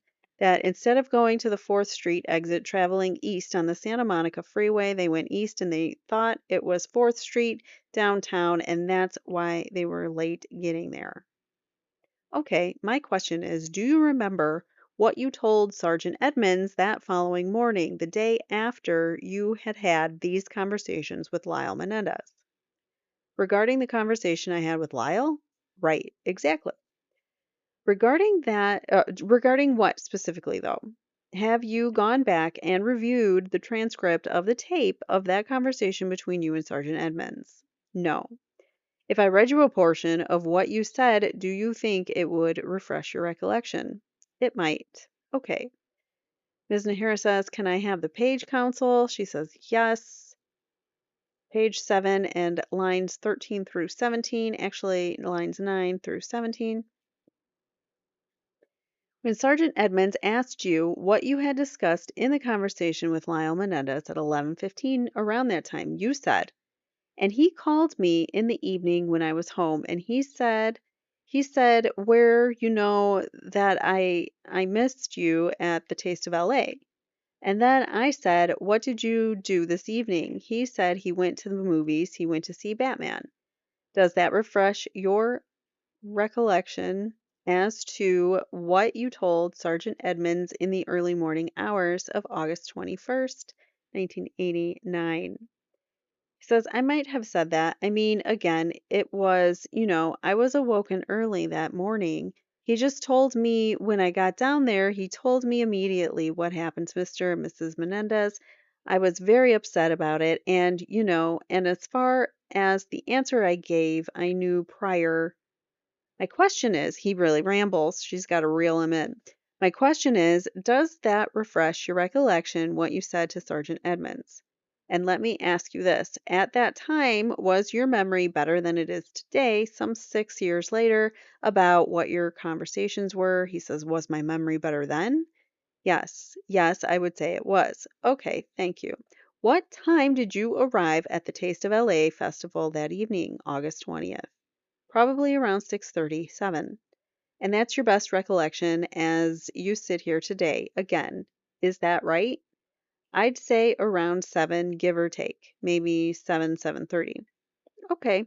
Do you remember telling Sergeant Edmonds that you arrived at the Taste of LA at around 8? Again, 6 years, 2 months ago, I might have. It's hard to remember the detail. Yes. Okay. And do you remember what time you left the Taste of LA? I believe we left quarter after 10 to 10:30 in that area. Now, when you got that call from Lyle Menendez at 11 or 11:15, whenever you received the call, did he sound normal to you? Ms. Nahara says, objection, vague as to the objection, normal meaning. The court says, what do you mean by normal? The same as always? Or Ms. Towery says, well, you had spoken with Lyle Menendez previously, had you not, before that evening at 11 or 11:30? Yes. And you knew what his normal tone of voice was, did you not? Yes. And you indicated in your direct testimony that he sounded, I believe you said anxious. When he called you, a little excited. You testified at the last trial, isn't that right, Mr. Berman? That's correct. And also testified in front of the grand jury? Yes. And you've been interviewed several times by the police, so if you previously testified that Lyle Menendez did not sound normal when he called you at 11 or so from the Taste of LA, would that refresh your recollection as to what he sounded like when he called you? Again, I said, yeah, he sounded a little excited, anxious about getting together that day. Okay, and if I read you your testimony, a response to a question that he was different from the way he sounded on the phone normally, and you responded yes, would that refresh your recollection as to what his tone of voice was that night? Repeat that, please. Oh my goodness. Okay. Well, I'll just read you from page 7589 of the transcript of the last trial. Ms. Nahara says, Your Honor, I'd object and ask if this is used to refresh the memory that the witness be allowed to read it silently, and the court overrules it. He says you can read it. Let me ask, have you seen any of the transcripts of your earlier testimony? The witness says yes. Court asks, when? The witness says Thursday. The court says, so you've had a chance to look at them before. The witness says yes. Okay, you can read them. Ms. Towery says, thank you, Your Honor. Those transcripts were provided to you by the prosecution to look at? That's correct. Ms. Towery says, page 7589. This is of the grand jury. No, the trial transcript. Lines 16 through 19. You indicated the way he sounded was different from the way he sounded on the phone normally? Answer, yes. Does that refresh your recollection as to whether Lyle Menendez, when he called you that night from the Civic Auditorium at the Taste of LA, sounded different than he usually did? Yes. And you indicated he sounded anxious and jumpy? Right, that's correct. In addition to testifying at both the grand jury proceeding and the trial, you also gave an interview. You gave several interviews to the police before testifying, did you not? Yes, I have. And you also gave an interview this year to the district attorneys who are here in court today, Mr. Khan and Ms. Nahara, right? Correct. And do you remember when that interview was? I believe it was in March of this year of 1995? 95, right. And in that interview, did Mr. Khan and Ms. Nahara ask you if Lyle Menendez or Erik Menendez ever mentioned that the homicides of their parents were business related? Did they ask you that question? I believe they did, yes. And that's when you told them about the statements that you testified to here today about the business related comments by both Lyle and Erik Menendez. Is that right? Yes, yes. And that's your best recollection, or was your best recollection, as you talked to them in March of 1995. Is that correct? Yes. After Mr. and Mrs. Menendez died, you saw Lyle and Erik Menendez both a few times, did you not? Yes, I did. Before they were arrested? Yes, that's correct. And you were still in Los Angeles between the time that Mr. and Mrs. Menendez died and Lyle and Erik were arrested, is that correct? Right. There was a lot of media coverage about the homicides, was there not? There was. It was on TV and in the newspaper and radio everywhere. Is that correct? Uh-huh, uh-huh. And you said that, didn't you? Yes. You already knew that Mr. Menendez's business was, did you, you already knew what Mr. Menendez's business was, did you not? Yes, I did. And you also saw a lot of speculation in the media about how the homicides occurred, is that right? That's correct. And included in that speculation, almost immediately, was speculation that the mob or the mafia or organized crime was responsible for the homicides. Isn't that right? That's correct. And some of the television clips actually named specific people who might have associated with Mr. Menendez who might have organized crime ties. Correct. Isn't that right? Right. And one of those people was Noel Bloom, was he not, to the best of your recollection? Right, that's correct. Let me ask you this. Going back to the incident that occurred in New Jersey with Erik Menendez, when Mr. Menendez came running on the court, what was Erik Menendez's response at that time? Ms. Nahara says, objection, irrelevant, overruled. You can answer the question. The witness says he was embarrassed by it. Ms. Towery says, was he upset? Embarrassed, upset, yes. Did he indicate to you that he should follow his father's instructions and make it hard for him to hit the lobs? Yeah, well, objection, calls for hearsay, overruled. You can answer the question. After Mr. Menendez walked off the court, Erik looked at me and said, objection to anything he'd say as hearsay. The court says overruled. Go ahead. The witness says, he said to me, my dad is not going to be happy until I'm driving all over the tennis court. So I just started feeding him balls, basically all over the place until he dropped. Wow. All right, so Ms. Towery says, until Erik dropped? Right, until he basically couldn't go on.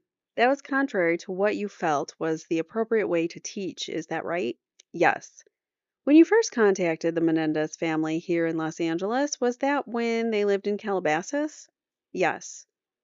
Do you ever go to the Calabasas house? Once. And do you remember that house as being filled with boxes that had not been unpacked? Objection, irrelevant, outside the scope of direct. The court says overruled. Yes, that's correct. There were boxes, I believe, inside the kitchen and on the floor. Ms. Towery says, and that was a rental house, to the best of your knowledge? Yes. You also indicated that you socialized with Lyle Menendez in California, and periodically, did you also socialize with Erik? Occasionally. And was that generally in connection with Lyle as well? Yes. And that's because of your age, similarity with your your friendship with Lyle. With Lyle, right. And you had dinner occasionally at the Menendez home, is that right? Yes. Tell us about the dinner that you had at their home. Did they seem to you to be normal family dinners? Objection, irrelevant, overruled. You can answer the question. The witness says, wouldn't really consider them normal. Mr. Menendez would basically kind of control the discussion. He would basically ask questions. You would respond with an answer. If he felt it deserved a follow-up question, he would ask the question. You'd respond again. Most of the questions he would ask, at least me, would be regarding work and my family. My family at the time was living back in New Jersey. He would ask how they were, and then he would just again ask questions about work, basically. Miss Towery says, "All right. And what about the Menendez brothers? What was their part in those conversations?" They really didn't ask very much unless, again, Mr. Menendez would ask a question. It wasn't a very relaxing environment. It was very formal, would you say? Very formal. And serious? Yes. And when Eric and Lyle Menendez were just around you, not around their parents, were they different? Did they act differently? Yes, they did. Much more relaxed. We'd joke around, a lot more easier going. And what about Ms.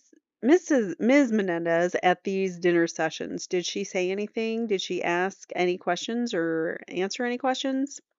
She would answer questions. I mean, she would ask how was dinner or if I wanted seconds or something else to drink, whatever. But again, I would say Mr. Menendez controlled the conversation during dinner. She did not control it. She went along with what he wanted to talk about. Right? That's correct. And also indicated that Mr. Menendez expressed disapproval of Lyle's girlfriend, Christy. That's right? Yes. And Lyle broke up with her because of Mr. Menendez's disapproval. Is that right? Yes. And you said Lyle was upset about that? Yes. Was he sad? Yeah, I'd say sad. Yes. And Christy wasn't the only girlfriend of Lyle's that Mr. Menendez disapproved of, was she? That's correct. You mentioned, I think, Jamie Pisarcik also was another girlfriend of Lyle's. Is that right? That's correct. And Mr. Menendez disapproved of her as well. Is that correct? Yes. And did Mr. Menendez express that disapproval in your presence periodically? Mr. Menendez? Mr. Menendez? Did Mr. Menendez? Yes. Oh no, I don't think so. Did Mr. Menendez indicate that he thought that Lyle's girlfriends were too old? He mentioned that about Christy, but I don't recall that regarding Jamie. Okay, you never heard him make similar comments about Jamie as he made about Christy being too old? That's correct. Yes, that's correct. What about Jamie being a gold digger? Did you ever hear him make that kind of comment? About Jamie? Yes. No. If I read to you your testimony at the previous trial, would that refresh your recollection regarding comments that Mr. Menendez might have made about Jamie as well as Christy? I believe it was Christy that that comment was made towards. The gold digger comment? Yes. So he thought Christy was a gold digger and too old, correct? Right. But you don't remember, as you sit there today, him making the same type of comment about Jamie, is that right? Yes. And again, if I read to you from your testimony at the previous trial, do you think that might refresh your recollection? It might. Let's give it a shot. Ms. Nahara says, I would object to reading aloud anything that refreshes his recollections and ask the witness to be allowed to read it privately. The court says, first identify what it is by page and line. Ms. Towery says, page 7593 of the trial transcript, lines 4 through 13. Your Honor, we'd also object to the part in question is hearsay, says Ms. Nahara. The court says, all right, first of all, you're offering it only to refresh the witness's recollection? Correct. All right. Then you may show it to him. Ms. Towery says, may I show it to him or read it? Show it to him. Ms. Towery says, let's see. This is going to take a minute. I show you this portion of your testimony, Mr. Berman, just the part that's highlighted there. Would you read that to yourself? By now Ms. Towery says, does that, after having looked at your testimony, does that refresh your recollection about comments that Mr. Menendez made regarding Lyle's girlfriend, Jamie Pisarcik, being too old and a gold digger? Ms. Nahara says, objection to any question involving that what Mr. Menendez said as hearsay. The court overrules that. The witness says, can you repeat that question? Ms. Towery says, the portion of your testimony that I just showed you, Does that refresh your recollection about whether or not you heard Mr. Menendez make similar comments with respect to Jamie Pisarcik as he made with respect to Christy about being too old and a gold digger? Again, if I said it, I heard it. Yes. Did you say it? Yes, I did say it. Yes. Is your recollection refreshed as you sit here today about a comment or comments Mr. Menendez made about Jamie? Again, is it refreshed? I don't know. You said it before as to the previous trial, but now you don't remember specifically. Is that fair? Right. Before 93, it was only 3 years prior. Now you're talking about 6 years ago, 6 years plus. So, in addition to the dinners, he is a wordy fella.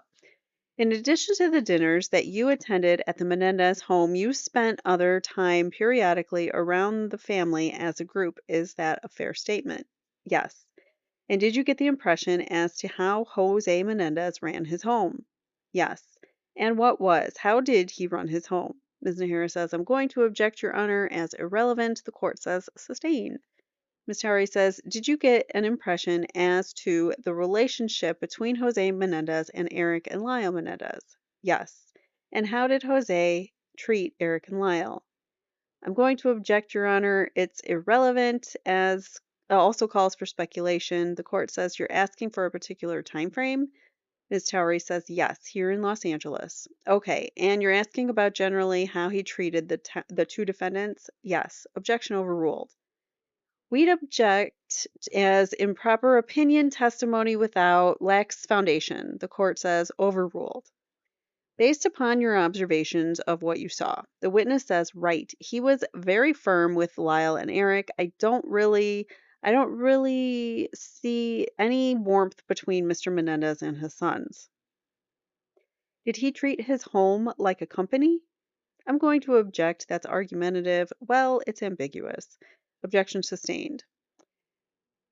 Did you testify at the previous trial? The court says regardless of whether he testified at some other trial that way, it still would be ambiguous.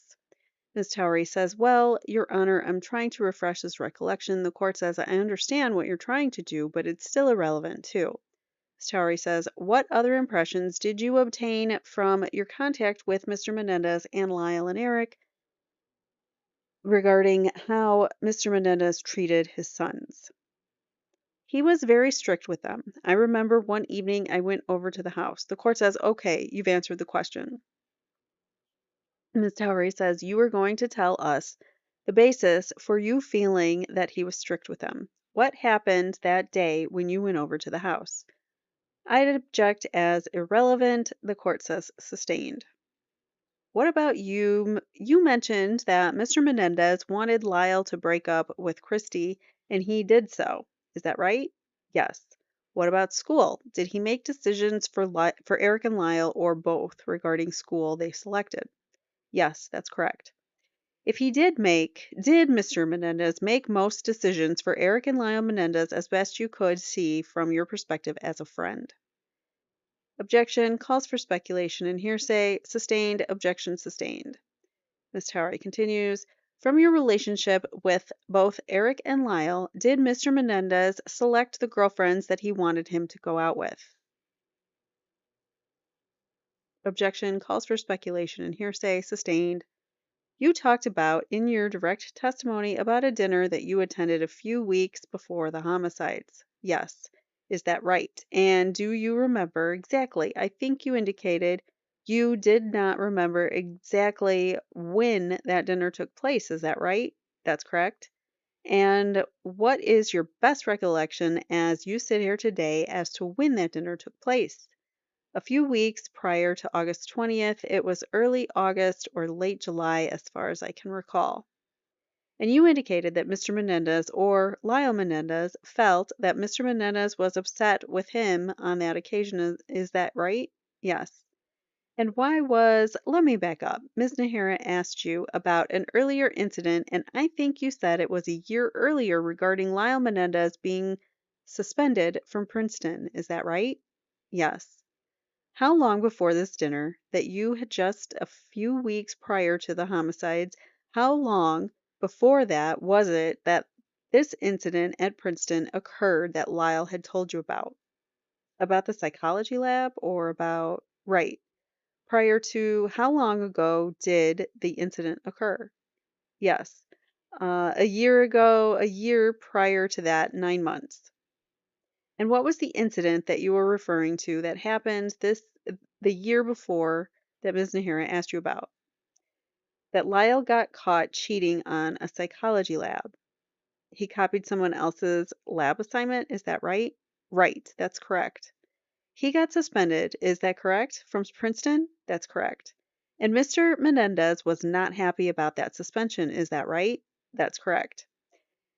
But that hadn't happened when you were over at their house for dinner a couple of weeks before the homicides. That had happened about a year before, is that right? Right, right. And Lyle, at the time that you were over at the house for dinner, was back at Princeton, is that right? That's correct. And what was the incident that Lyle Menendez told you that he was concerned about when you were there at their house for dinner a couple of weeks before, or a few weeks before the homicides? That he took the blame for a friend of his regarding a damaged pool table. And who was that friend that he took the blame for? His first name is Hayden. And the pool table that had been damaged, it was damaged in Princeton at a party. Is that right? Yes. Do you know Hayden's last name? I do not. And Hayden had damaged it and Lyle had taken the blame. Is that right? That's what Lyle told me. Yes. Mr. Menendez was upset about that. Is that correct? Yes. Did you have dinner with the family that evening?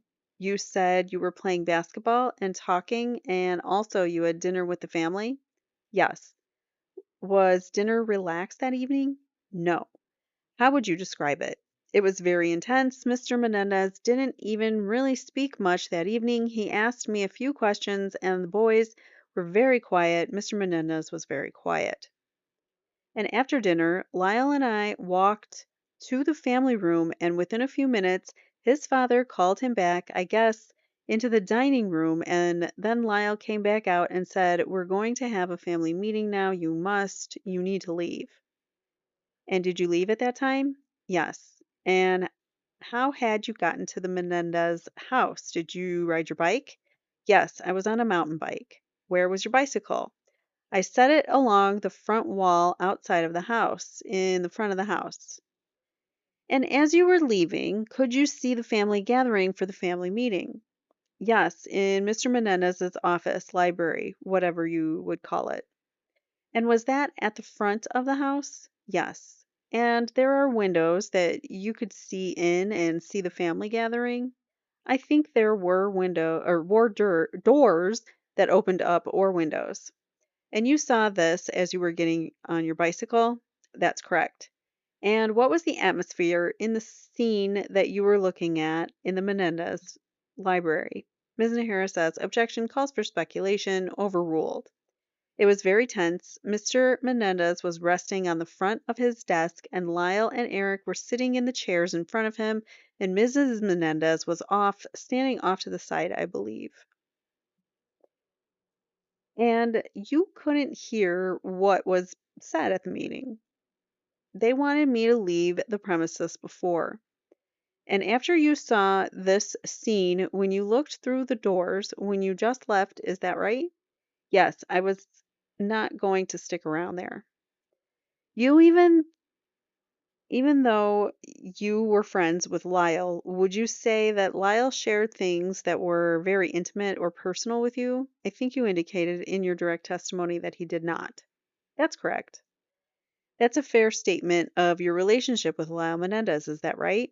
Again, he spoke about a few things regarding school and problems at school and problems with a couple of his girlfriends. What you've told us about? Right, right.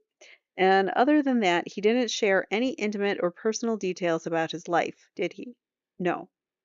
Would you say that from your observation of the family that the entire family had a sense of secrecy, that they would keep their problems to themselves?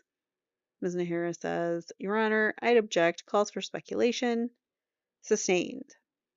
Towery continues. You indicated that Lyle Menendez bought Jamie Pisarcik a car for Christmas. Yes.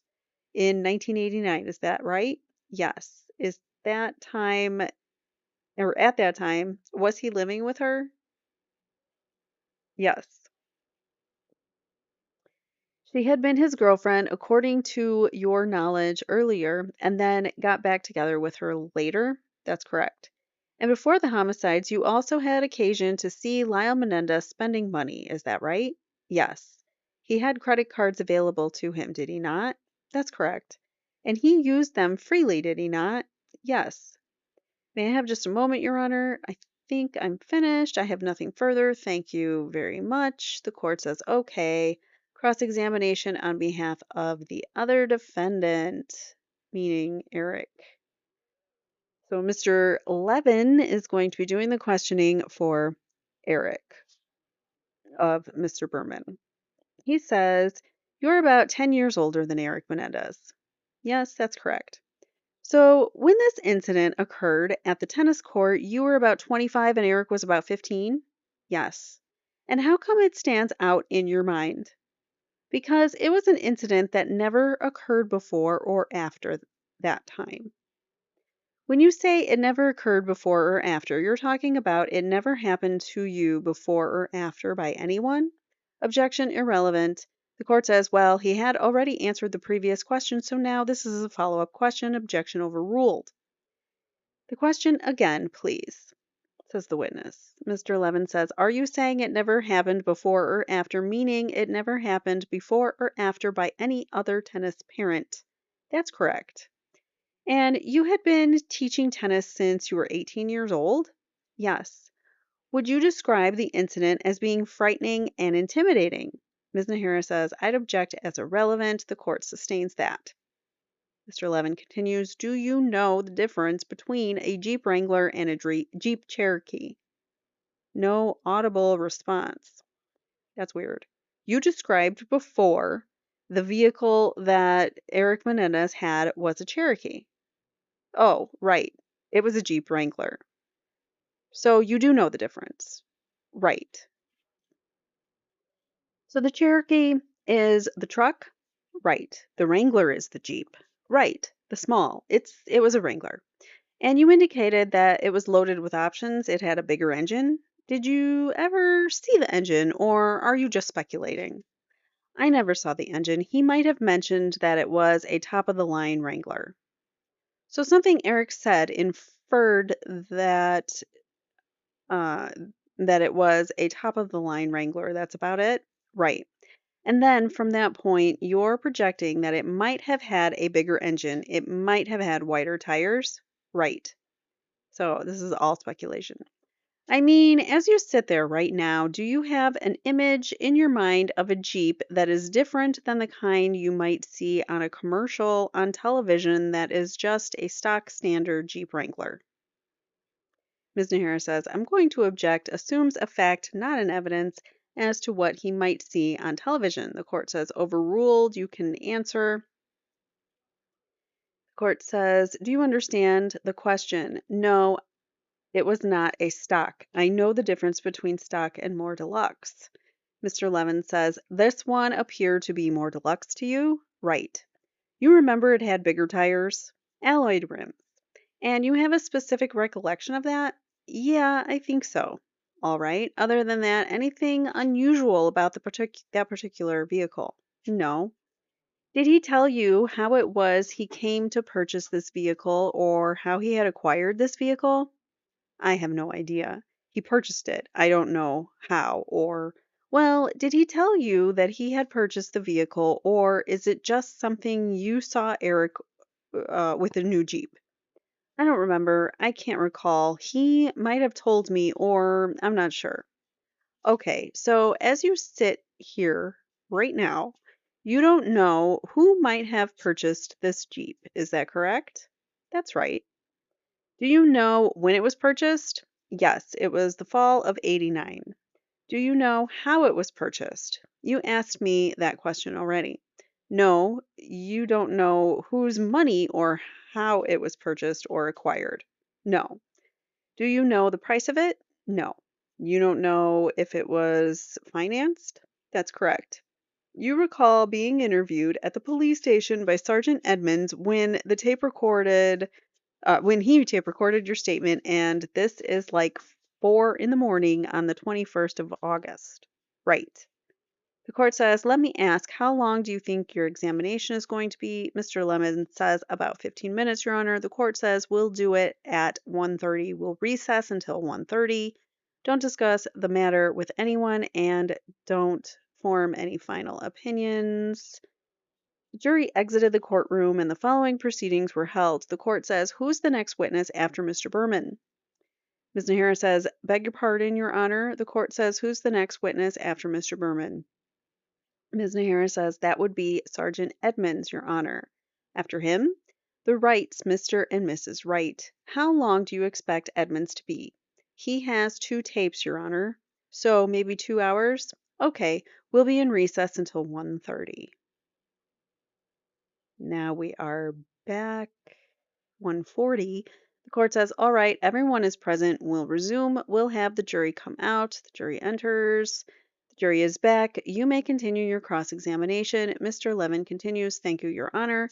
Your Honor, I have 2 photographs that have not been marked as exhibits previously. The first one is a photograph of the exterior of 722 Elm, the front. I ask that it be marked Exhibit 87. And the second is the interior of 722 Elm, the study, and I ask that it be marked 88. The court says, yes, may I approach? He says, yes. Now cross-examination is resumed. Mr. Berman says, Mr. Levin says, Mr. Berman, showing you what I've just marked as Exhibit 87, do you recognize what that photograph depicts? He says, yes. And does that accurately depict the exterior of the Menendez home? That's correct. The front? The front, yes. And showing you what's been marked as Exhibit 88, do you recognize what that photograph depicts? It depicts Mr. Menendez's study. All right, now I'm just going to put these up here. And showing you what has been previously marked in this trial as Exhibit 2, which is a schematic of the Menendez residence, could you perhaps take the pointer and or I'll do it. Well, that's okay.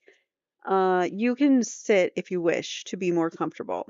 I can see from here, though, he says. Or I can't see from here. So Mr. Levin says, then come down. Could you take this pointer and show where the study is located? He says, right there. Okay, you can resume your seat. Thank you. Now directing your attention back.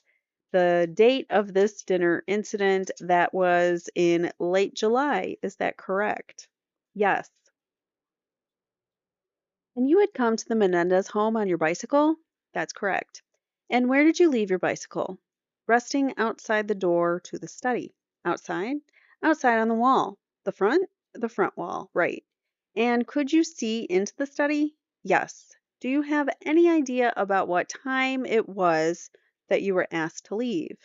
I would say it was probably around 7:30, 8. It was still light out, so okay. Lyle Menendez had made it clear to you that there was going to be a family meeting and that there was reason, and that was the reason that you were to leave. That's correct. Would you describe the atmosphere in the home when you left that evening as tense? Yes. And you understood from Lyle Menendez that the meeting was going to be about Lyle, his recent problem at Princeton regarding the pool table? Right. And that was the incident where Lyle Menendez was taking the blame for what Hayden had apparently done. That's correct. Now, Erik Menendez wasn't involved in the incident, was he? No.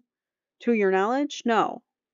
When you left the Menendez location and went to your bicycle, did you happen to glance and look back into the study? Yes. What did you see? Mr. Menendez was leaning on his desk facing the boys who were sitting directly in front of him, and Mrs. Menendez was standing off to the side. When you say the boys, are you referring to Lyle and Eric Menendez? Both Lyle and Eric Menendez? Right. And where was Lyle and Eric Menendez seated in relationship to Mr. Menendez? Directly in front of him. How was Mr. Menendez facing them? Was he seated in the chair? No, he was resting like his backside on the front of his desk. How would you describe the atmosphere as you depicted it from looking inside the study? Can you repeat that question, please? How would you describe what you saw? Did it appear like it was tense, intimidating? Yes, I mean intimidating for Lyle and Eric. And what was it you saw on Eric's face that caused you to believe that it was intimidating for him? Ms. Nahara says, Your Honor, I'd object. This calls for speculation and assumes a fact, not an evidence, that he saw such a thing. The court sustains it and, okay, objection sustained. Mr. Levin says, After you made these observations, I take it you left? Yes. All right. Did you talk to Lyle or Eric Menendez about that incident afterwards? I don't believe so. Were you concerned about Lyle and Eric Menendez after you looked inside that study? Objection, irrelevant. They're trying to paint a picture that, being alone with Jose was a dangerous thing and they were scared of him. So, I mean, this kind of situation has been testified to multiple times by people at trial, all throughout trial one, where he would get like right in their faces, especially he would do this to Lyle. But this is the first time we're hearing that they had these like family meetings in the study where he would sit them both down and stare them down and talk to them. Mr. Levin says, Did you have any concern for Mr. Menendez's safety after you left that location? He says, No. You didn't talk to him about it afterwards? No. And you didn't talk to Lyle Menendez about it afterwards? No.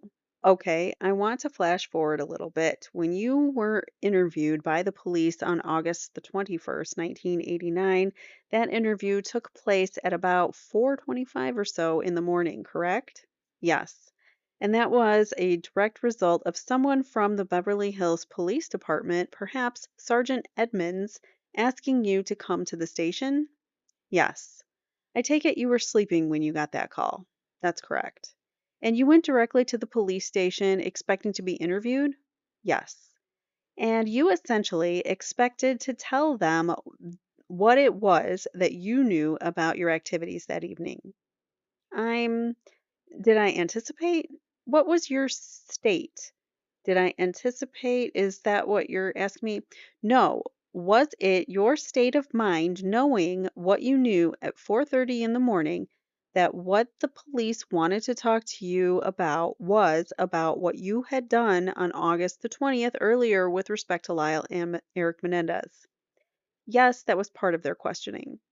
And you knew essentially that at least in the general terms that you were going to be talking about the telephone calls, the Taste of LA, the Cheesecake Factory, those kinds of things. You had expected that. Right. And when you went to talk to the police, you were giving them as accurate of information as you could recall at the time. That's correct. Were you taken to an interview room? Yes, I believe so. And did a tape recorder come out? Yes. And you knew that your words were going to be preserved on tape? That's correct. Was there any reason that you could not participate and give accurate, clear information at that time? I mean, you weren't under the influence of any alcohol or taking any medication or anything like that? No. So now, Sergeant Edmonds wanted to know from you specifically what it was that Lyle Menendez had said to you earlier in the evening about just about 12 hours before beginning with the 4 o'clock or so telephone call, correct? Mm-hmm. Is that yes? Yes. And do you recall telling Sergeant Edmonds that Lyle Menendez had called you at 4? Yes. Now, with regard to that specific telephone conversation at 4, did Lyle Menendez ever say to you that he was calling you in response to the message that you had left where you spoke to Jose Menendez? I believe that's why he returned my call. You believe it? But Lyle Menendez, would it be fair to say that Lyle Menendez never told you I got the message you called from my father? I'm sorry, repeat that, please. Would it be correct? This guy is dumb as a box of rocks.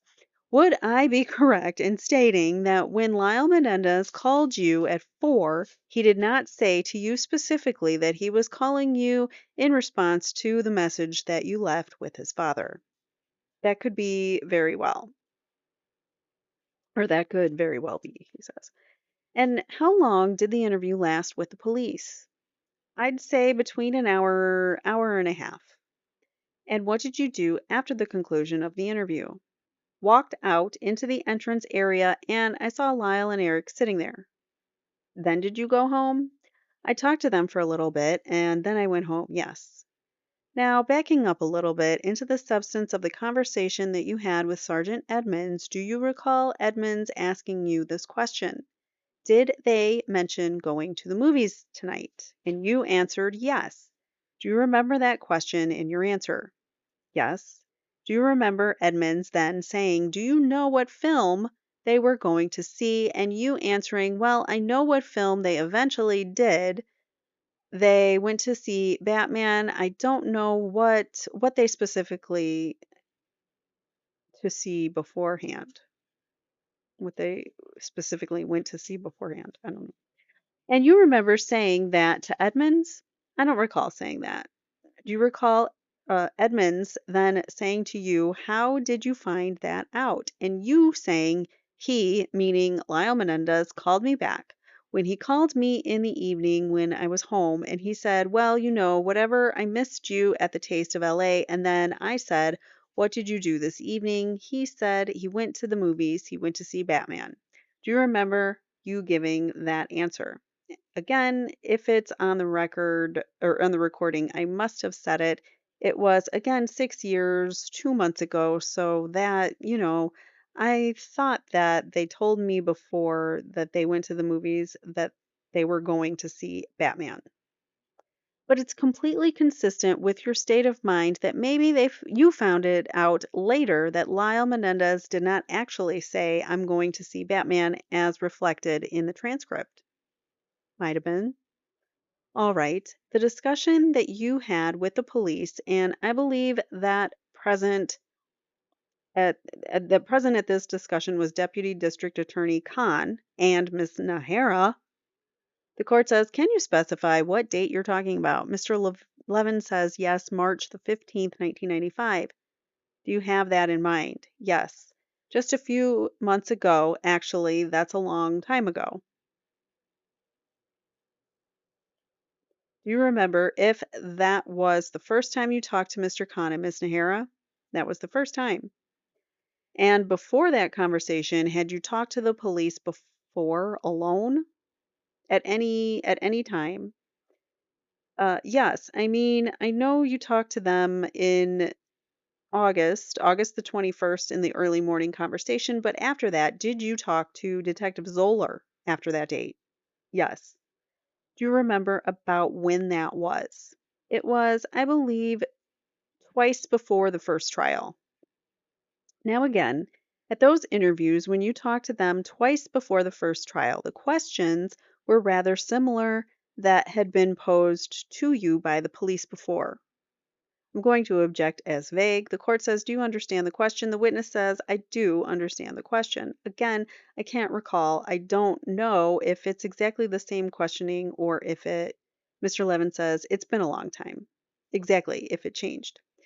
When you mentioned to Ms. Nahara and Mr. Khan earlier this year in the March 95 interview about Lyle Menendez saying that he believed that his parents had been taken out because of business related reasons, and later that Erik Menendez had essentially said the same thing, that's the very first time that you said that or gave that information to anyone connected with the case. Isn't that correct? At what time was that? I'm talking about the March interview in 95. That's the very first time that you had brought up the information about Lyle Menendez saying that he believed that the homicides were business related and that Erik Menendez believed that they were business related. Isn't that true? He says, if that was the first time they asked the question, then that was the first time I gave the answer. Well, what? You didn't give that answer before? This is the first time you're saying it? That's not how questioning is supposed to work. But here we go. All right. And before that, you had spoken to the police at least 3 times. Is that correct? I said two. I thought two, but maybe it's a third. And you also testified at the previous trial with different deputy district attorneys. Right. Asking you questions, correct? That's correct. And there was also attorneys for the defense, and they were asking you questions. Is that yes? Yes. She can take down yes, yes. Now, in all the conversations that you have had with Lyle Menendez or Eric Menendez, have you ever heard Lyle or Eric say that they hated their mother or father? No. Have you ever heard Lyle or Eric say that they or talk badly about their mother or father? No. Isn't it a fact that all the conversations that you had with Lyle and Eric concerning their parents is where they spoke highly of them and spoke of their accomplishments? More the father of his accomplishments. And that's both Lyle and Eric Menendez. More Lyle because I knew Lyle better than Eric. Because you were closer in age to Lyle. Right. And Lyle told you that he was impressed and proud of his father. Isn't that correct?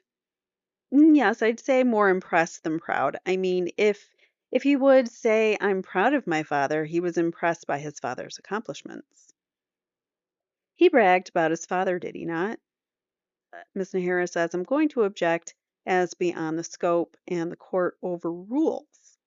Mr. Levin says he bragged about his father's accomplishments coming up from Cuba, rising up in a difficult country. Right. Without knowing the language and accomplishing great things? Right, that's right.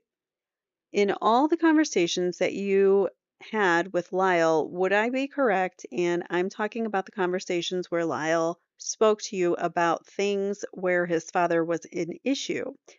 Did he talk to you about how his father had any input with respect to the schools that he attended?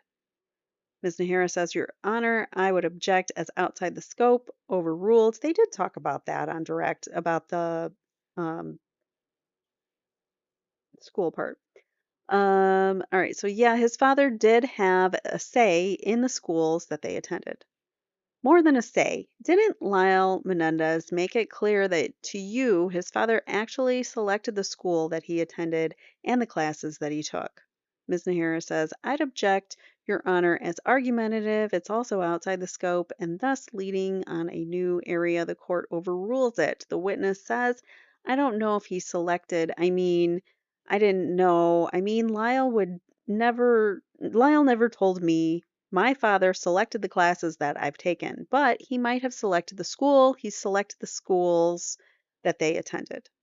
Mr. Levin says, I didn't surprise you from the way in which you understood the relationship from Lyle Menendez and his father that Lyle Menendez was told to break up with Christy, his girlfriend, who he loved. Isn't that correct? Can you repeat the question? Yeah, that was confusing.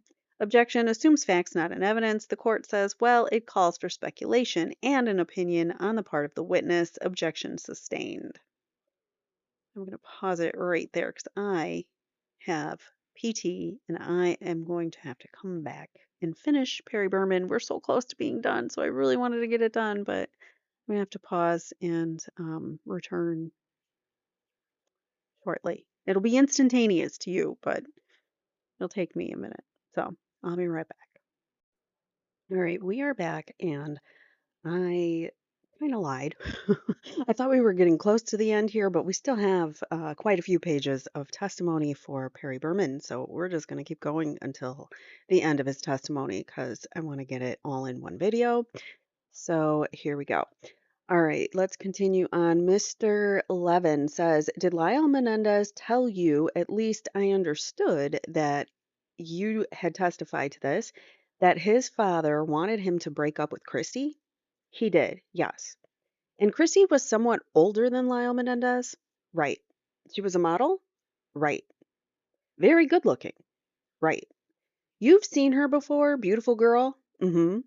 And Lyle loved Christie very much, didn't he? Ms. Nahara says, objection assumes facts, not an evidence, and also calls for speculation from this witness. Sustained.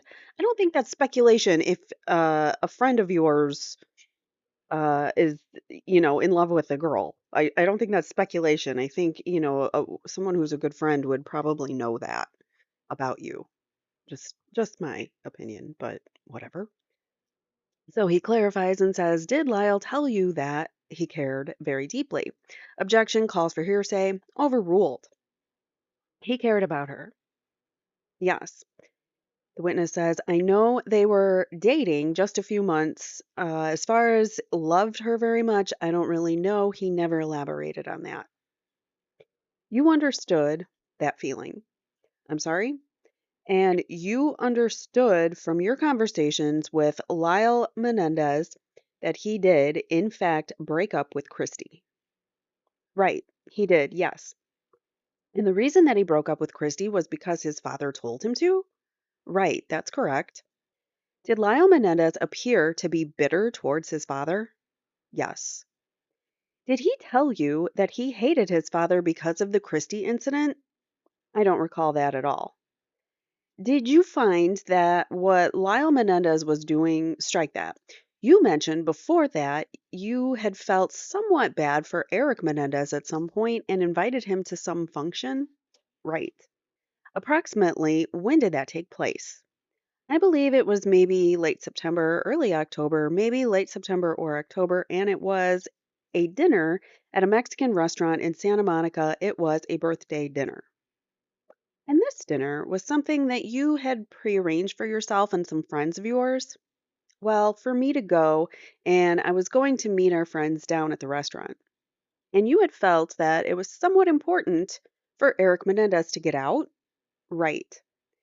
To be among or around people or friends? Right, that's correct. Why did you feel that way? Objection, irrelevant, overruled. Well, he just lost his parents. They were brutally taken, and his brother was back east and he was home alone, so I thought it would be a good idea to take him out. That's actually a really nice thing that he did. Mr. Levin says, did it have anything to do with you observing Erik Menendez to be despondent, depressed? Objection, no foundation, sustained. From your viewing of Erik Menendez and your personally assessing the situation, is that what you used to form the basis that Erik needed to get out? The court says, what was the basis? Mr. Levin says, your personal feelings that what you witnessed regarding Erik's demeanor or behavior. The court says, well, that's no foundation that he saw Mr. Menendez from the time of August the 21st until the party. I'm sorry. Thank you, Your Honor. Did you see, the court was just trying to get him to clarify his questions. He says, did you see Erik Menendez between August and September, the time of the party? I think I ran into him at a movie in Westwood. I was there with a girlfriend of mine, and he was with a friend of his or a couple friends of his, and I just wanted to run, or I just happened to run into him at the movie. Coffee break, sorry. And Erik Menendez had mentioned to you that he felt that he would never get over the death of his parents. That's correct. And did he say that to you? When we were, I don't know if it was driving to the restaurant to meet my friends or after we left the restaurant. It was definitely in the car that I recall. That's in September? Right. Late September, early October. Mr. Levin says, thank you, Mr. Berman. I may not have anything further. I just want to check with counsel. He confers with Leslie Abrahamson. Sorry, I just can't. It's Abramson. Like there's no ham in there. I don't know. A lot of people have trouble saying that though, so I shouldn't laugh. I know Peter Tragos does pronounce it Abrahamson too. Like he has trouble saying that on the Lawyer You Know channel. All right, Mr. Levin says, I just want to clarify one point. After Lyle Menendez told you that his father wanted him to break up with Christy, and he did. Would you describe his... And I asked you if it was bitter? Right. In context, did you mean that he was disappointed? Objection, Your Honor. That's argumentative and leading. The court says, why don't you just ask him what he meant by bitter? What did you mean by bitter? That his father, that Mr. Menendez stepped in and just told him he didn't want him to date her anymore, and it was against, Lyle's wishes. He would have preferred to continue dating her. But he didn't speak badly of his father at the time. Objection, leading, and suggestive, overruled. You can answer the question. The witness says, again, again, he was disappointed, he was bitter, he was angry. Thank you, nothing further. Any redirect? Ms. Nahara says, yes, Your Honor. I may, if I may. Redirect examination.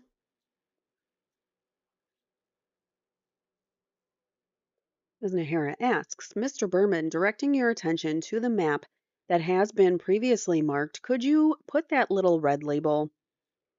For the record, Your Honor, it's a red label saying Police Department on the area that you pointed out for Ms. Towery, that's a hard word to say, was the Beverly Hills, where, can you put it where you pointed it out earlier?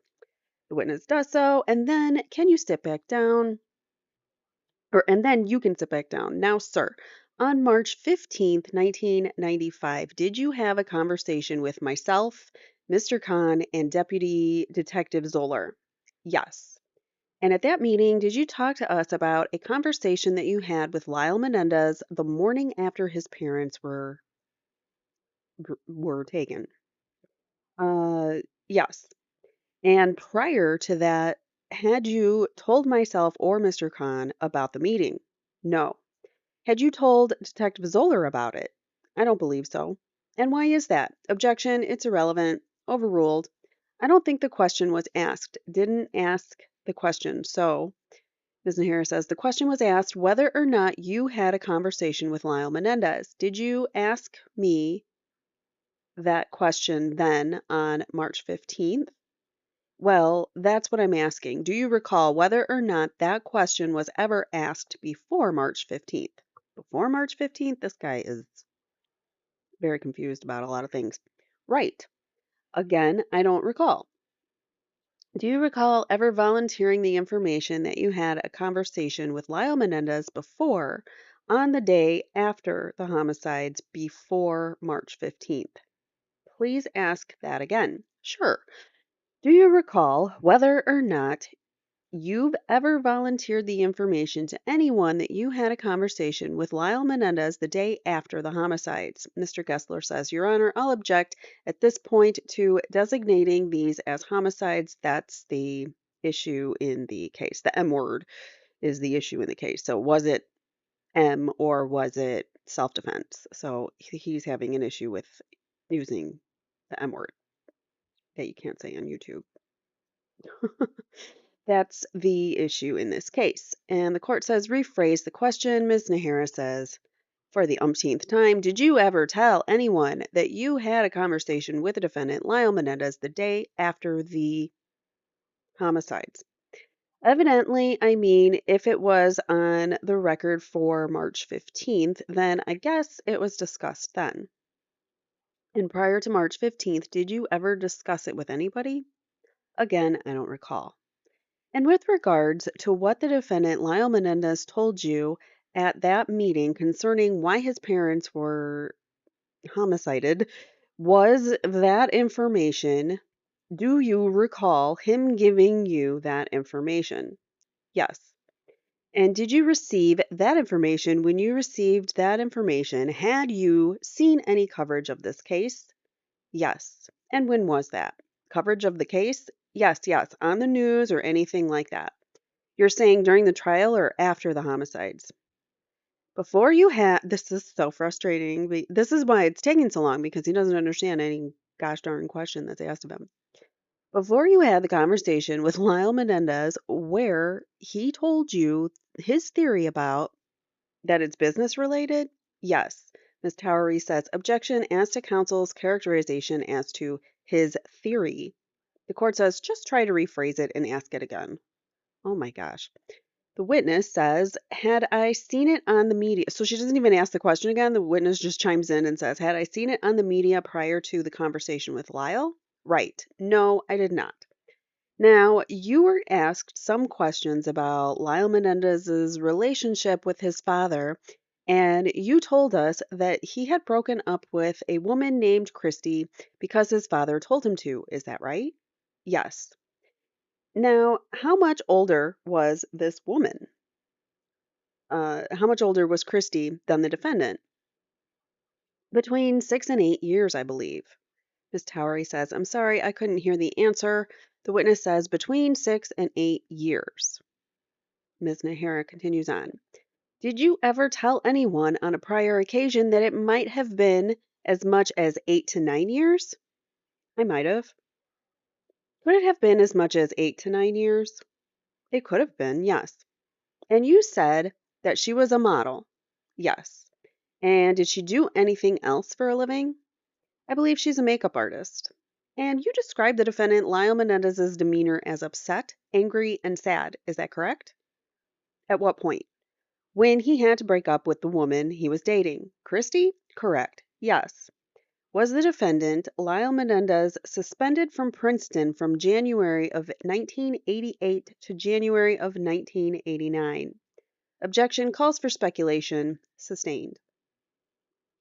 Were you aware of whether or not the defendant, Lyle Menendez, was going to school from January of 1988 to January of 1989? He says, I don't think he was at school at that point. And you testified that you learned from him that he had been suspended from Princeton. Is that right? That's correct. And was this the period that he was suspended from Princeton? I believe it would have been, right. And do you know how much time he had spent in Princeton prior to January of 88? I think it might have been just a semester or 1 year. So he spent a semester to 1 year and then was suspended for cheating and on what you called a psych lab. Is that right? That's correct. And is it your understanding from the defendant, Lyle Menendez, that he went back to Princeton in January of 89? Yes.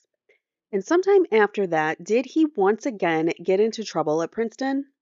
Yes. Ms. Towery objects as to counsel's characterization getting into Princeton or getting into trouble. And the court says, well, as leading. It also calls for a conclusion on the part of the witness. Objection sustained. The answer is stricken. Ms. Nahara says, sometime after January of 1989, when the defendant Lyle Menendez was back at Princeton, was there an incident at Princeton that was recounted to you concerning him getting into trouble for a pool table incident? Yes. And did the defendant Lyle Menendez tell you that his father was upset about all these situations? Yes. And was his father concerned that he wasn't staying in school and concentrating on his schoolwork? Yes. And did he tell you that his father wanted him to stay in school and concentrate on his schoolwork? Objection, leaning, sustained. What did he tell you his father said with regards to him being back in Princeton and his schoolwork?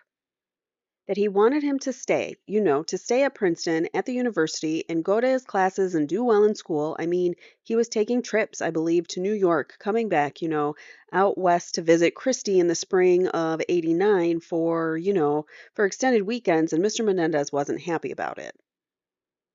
And did the defendant, Lyle Menendez, tell you that his father felt that Christy was interfering with his schoolwork as well as other distractions? Yes.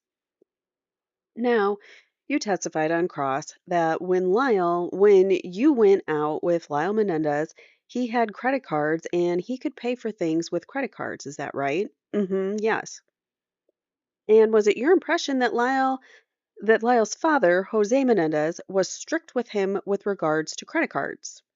I'm not aware of that at all. I mean, strict as far as like a limit on what he could spend, or did you ever question Lyle Menendez about how he could use his credit cards with such a strict father? I don't recall that. Do you ever recall telling anyone that Lyle Menendez told you that he had credit cards and when he wasn't in the presence of his father, he would do whatever he wanted? I might have. I don't know when this is. Do you recall telling Detective Zoller this on March 15th, 1995? That Lyle said this to me? That Lyle said whenever he's not in the presence of his father that he'd use the cards whenever he wanted? Correct. Might. I don't recall. Do you recall that that was the state of the case back in 1989? Objection, vague, ambiguous, sustained, objection, sustained. Ms. Nahara says, is that a true statement? Objection, vague. Question is vague. Objection, sustained. Did Lyle Menendez, as you sit there now, do you recall Lyle Menendez talking to you about how he had access to the credit cards when his parents were alive? Yes. What do you mean how he had access? He just had them. He had his own cards. Do you understand that they were his cards or that they were his parents' cards? I thought they were his cards. I mean, I never examined the cards, I never looked at the name on them, but I was under the impression they were his cards. Was it your understanding that he was paying the bills on those cards or the parents were paying? Objection, irrelevant and speculation. Sustained as to speculation. Do you know who was paying the bills on the credit cards that Lyle Menendez used? I don't know. I would assume it was Mr. Menendez since, Lyle and Erik really weren't working. Now, at some point, you were coaching tennis in New Jersey, is that right? Yes. How long did you say you coached tennis? Altogether or just altogether? I was in college teaching summer jobs at tennis camps, tennis academies from 78, and then I did full time from the fall of 85 to 87. So off and on for about 9 years. Right. Did you follow the sport back then? Mr. Levin says objection, irrelevant, overruled. Did you follow the sport of tennis back then? What do you mean follow it? As far as what capacity? Keeping track of what was going on in the sport. Who was doing well on the circuit, things like that? Yes. Were you keeping track of what the rules were and all that was involved with the game and all of that? Yes. Do you still follow the sport? Yes. Now, is it true that recently the Junior Tennis Association had to change its rules to give them permission to boot out parents who were obnoxious? Well, that's interesting. Jose probably would have been the first ones to be booted out. Ms. Towery says, objection, irrelevant. Ms. Abramson says, and beyond the scope. Ms. Towery says, yes, beyond the scope. It's not beyond the scope, says the court, but it's irrelevant at this point. Objection sustained. So he even has to argue with the defense attorneys, like, your objection's wrong, but your other objection is correct. So I'm sustaining your objection because one of the two things you said is right. But he doesn't do that when the prosecution is objecting. He just he doesn't give them attitude. It's quite interesting. Ms. Nahara says, you testified that you witnessed some behavior by Jose on the tennis court. Is that right? Yes. And you testified that was, as far as you were concerned, the worst behavior you've ever seen. Is that right? Yes. Now, were you aware of incidents of much worse behavior on the tennis courts? I don't know. Well, are you aware of a recent incident where a young woman tennis player, Ms. Amerson says, come on, objection. And Ms. Nahara says, had to get a restraining. Could counsel stop when an objection is being verbalized so she doesn't get it in before the jury? The court says, normally, I can't rule on an objection until I hear the question. Normally, that's the procedure. What was the question? Ms. Nahara says, the question was, are you aware of a recent incident where a young woman tennis player needed to get a restraining order against her father? Ms. Towery says, objection, irrelevant as to what happened to another person at another time not related to this case. Sustained. Like, why did we need to go through all of that? You could have figured it out by context, Judge, and you should have pulled him over to the bench and had a sidebar instead of allowing this prosecutor to put that in front of the jury because it's completely irrelevant, never should have been brought up. And as if her being having her objection sustained wasn't bad enough, then she goes on and says, "Well, are you aware of other incidents involving parents that were much worse than the incident that you related?" Ms. Towery says, "Objection, same objection sustained." So she's still trying to get that in there that there's like worse parents out there. Like, that's irrelevant, anyways. And what does it matter? Because we're talking about these parents, Jose and Kitty. Doesn't matter what other parents are doing. Anyways. Ms. Nahara continues, "Well, you testified that this was the worst incident that you were involved in, but was it the worst incidents that you were ever aware of?" Mr. Levin says, "Objection, irrelevant." Again, sustained. What is a tennis parent? I don't know. I'm not a parent yet, so I can't really. Have you ever heard the term used in the sport to describe a particularly pushy or obnoxious parent? Yes. And does there seem to be quite a few of them in the tennis court? Ms. Towery says, "Objection, irrelevant." Talking about professional tennis, or are we talking about juniors, you mean, or uh, the junior tennis? Yes, the Ms. Nahara says, the junior tennis circuit. Yes. Yes, they do exist. Yes. Have you ever seen them? Not very often. Now, you say not very often, but you have seen this kind of behavior. Is that right? Objection, vague with respect to this kind of behavior. Sustained. We're discussing right now what we characterize colloquially, say that word, um, colloquially, whatever, as the tennis parent, and you said that you've seen this kind of behavior on the tennis courts. Is that right? Right. Could you describe what this behavior is? Mr. Levin says, "Objection, irrelevant, overruled." If you can. If you can't, just say you can't. The witness says, it's a parent who basically, shouting at their child if they're doing wrong. They'll yell at them and say, whatever, concentrate more, play better, keep your knees bent, whatever. And they're very loud about it, Ms. Nahara says. And have you seen this? Have you personally witnessed this kind of behavior on the tennis courts? Occasionally. And does this usually involve a parent, and a child? Yes. Do you think this is more common in tennis than in other sports? Objection, objection, if you know. No foundation, calls for speculation, sustained. Are you familiar with the the Junior Tennis Association rules regarding their play of tournaments? Yes. And has there been a change in the rules recently as a result of the same? I'm sure she's going to object. I'm not aware of it.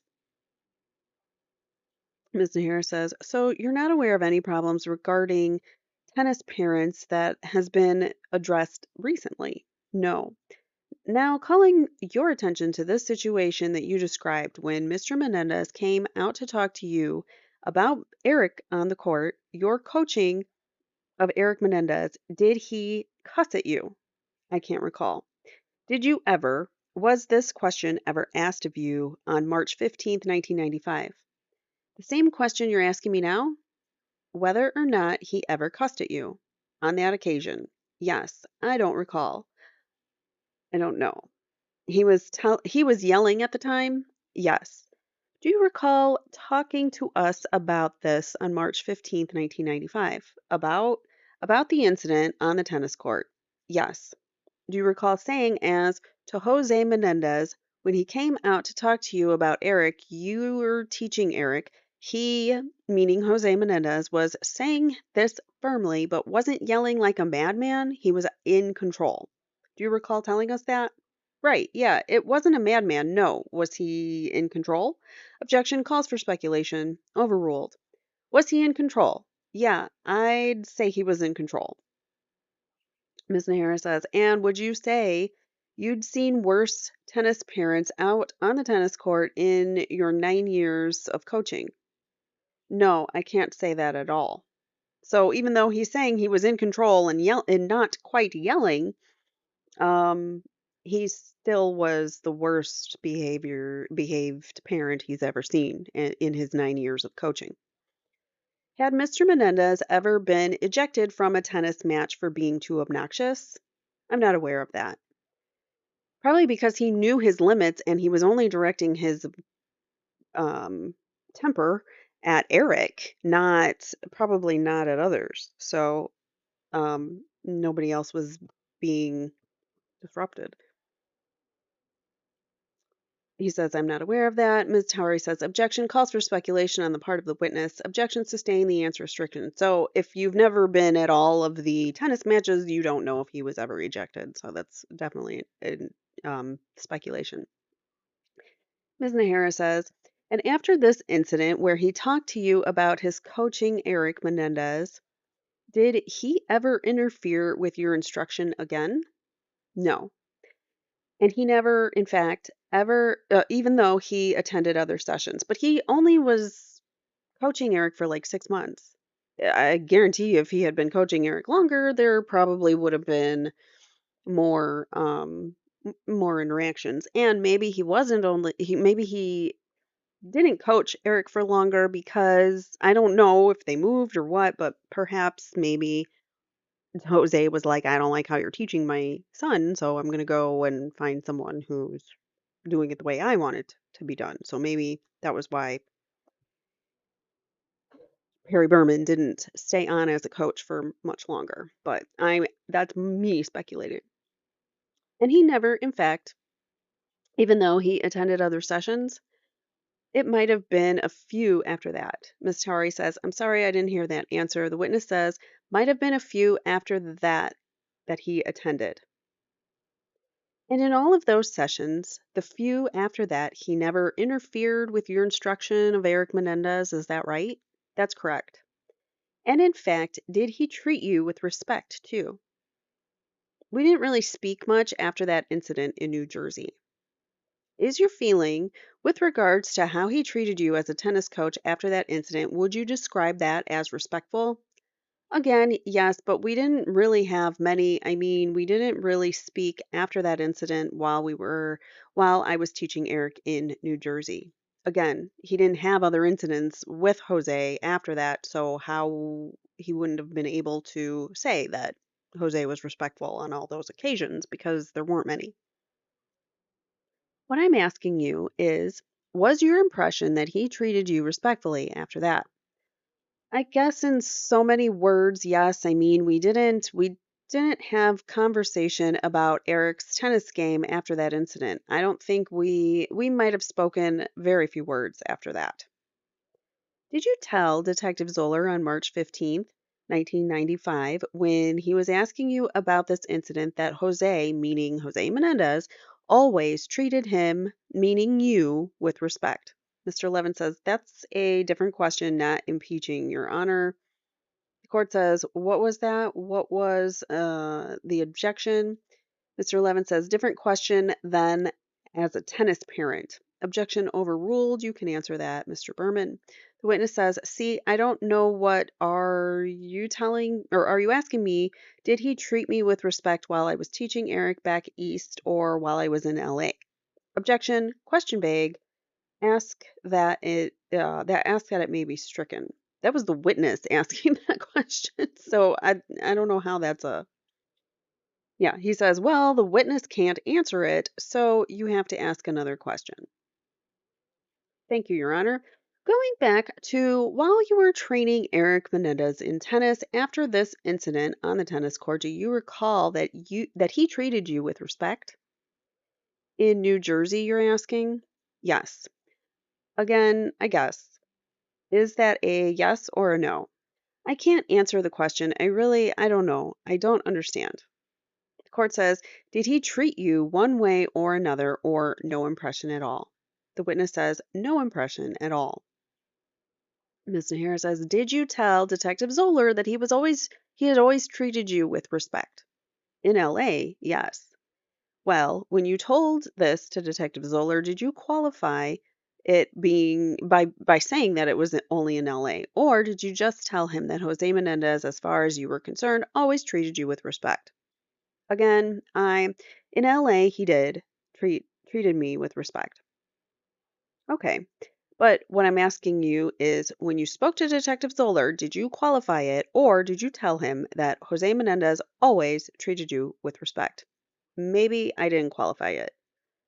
Now, you testified that the incident of the dinner that you had with the Menendezes a few weeks before the homicides at their home, a few weeks before their lives were taken, was a tense situation. Is that correct? Yes. Now, is it you had other dinners at the Menendez home? Is that correct? Yes.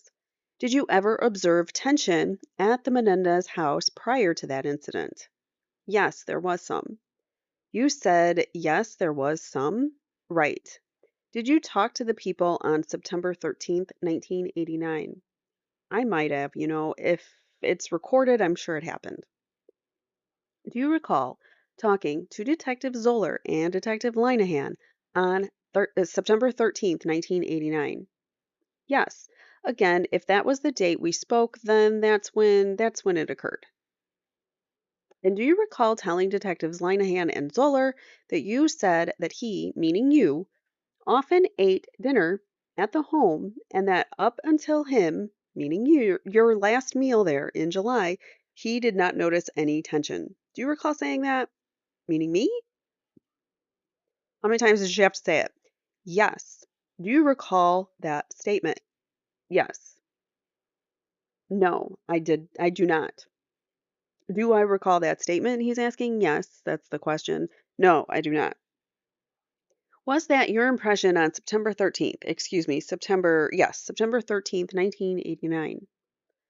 Again, it could have been, it was over 6 years ago. So was it your impression that up until that last meal, there was not any tension? You did not notice any tension at the Menendez home? Ms. Towery says, objection asked and answered. Overruled. I feel like his testimony so far has really helped the defense more than anything. Or is it just me? I feel like his unwillingness or inability to like understand normal questions or, following along in a conversation, it's really throwing off his credibility. On top of that, like he's not answering these questions the way that it seems the prosecution wants and, to disparage brothers more so and to make Jose seem like a fit parent, but he's not answering the questions that way that help the prosecution. So I'm thinking that Perry Berman's testimony is definitely helping the defense. What do you guys think? That's my opinion so far. All right, the witness says there wasn't as much tension as there was on that occasion. That evening, I had dinner there in July of 89. But did you tell the police in 89 that you never noticed any tension there? Objection misstates the prior statement of the witness. Sustained. Do you recall giving the police the statement that I just read to you? Those exact words? Is that what you're saying? Do I recall those? Do you recall making that statement? No. Do you recall making a statement of words to that effect? Could have, again, could have been, yes, definitely. What? If you said that, would you be trying to be as truthful and accurate as you could be back in September of 89? That's correct. Would that have been a truthful and accurate statement? Yes. And calling your attention to to March 15th, 1995, do you recall being asked about the situation at the Menendez home once again? Yes. Objection vague with respect to the situation. Sustained. The answer is stricken. Do you recall being asked whether you observed any tension at the Menendez home on March prior to the dinner that you had with them right before their lives were taken? Was I asked that question? Yes, on March 15th, 1995. So going back to March 15th, 1995, was I asked the question if I felt there was observed that there was tension at the Menendez home prior. What are you saying? In prior to that July dinner? Prior to that July date, that July dinner date. Yes. If it was asked, I don't even recall the question. Oh my God. Do you see what I mean? Like you can't even follow along in a conversation with a human being. This is I don't remember his testimony being this funny in the first trial. We might have to go back and look at that. Do you recall telling Detective Zoller on March 15th, 1995, that you didn't observe any tension at the Menendez house? Ms. Towery says objection, misstates the police report. The court says, okay, why don't you identify? Just quote it. He's like, I'm done with this. Just say the thing. Just say what you're trying to say. Ms. Nair says, page 1348 of the defense discovery. Ms. Abramson says, I'm going to object to that characterization. This isn't defense discovery. They are prosecution documents. Ms. Nair says, okay, these are documents that are numbered, third page down, fifth, end of the fifth line. The court says, what is the quote? No quote, says Mr. Levin. Ms. Towery says, I'm sorry. Ms. Nahara says, no question. The statement is Perry didn't observe any tension at the Menendez house. Do you recall telling Detective Zoller that? No, I do not recall it.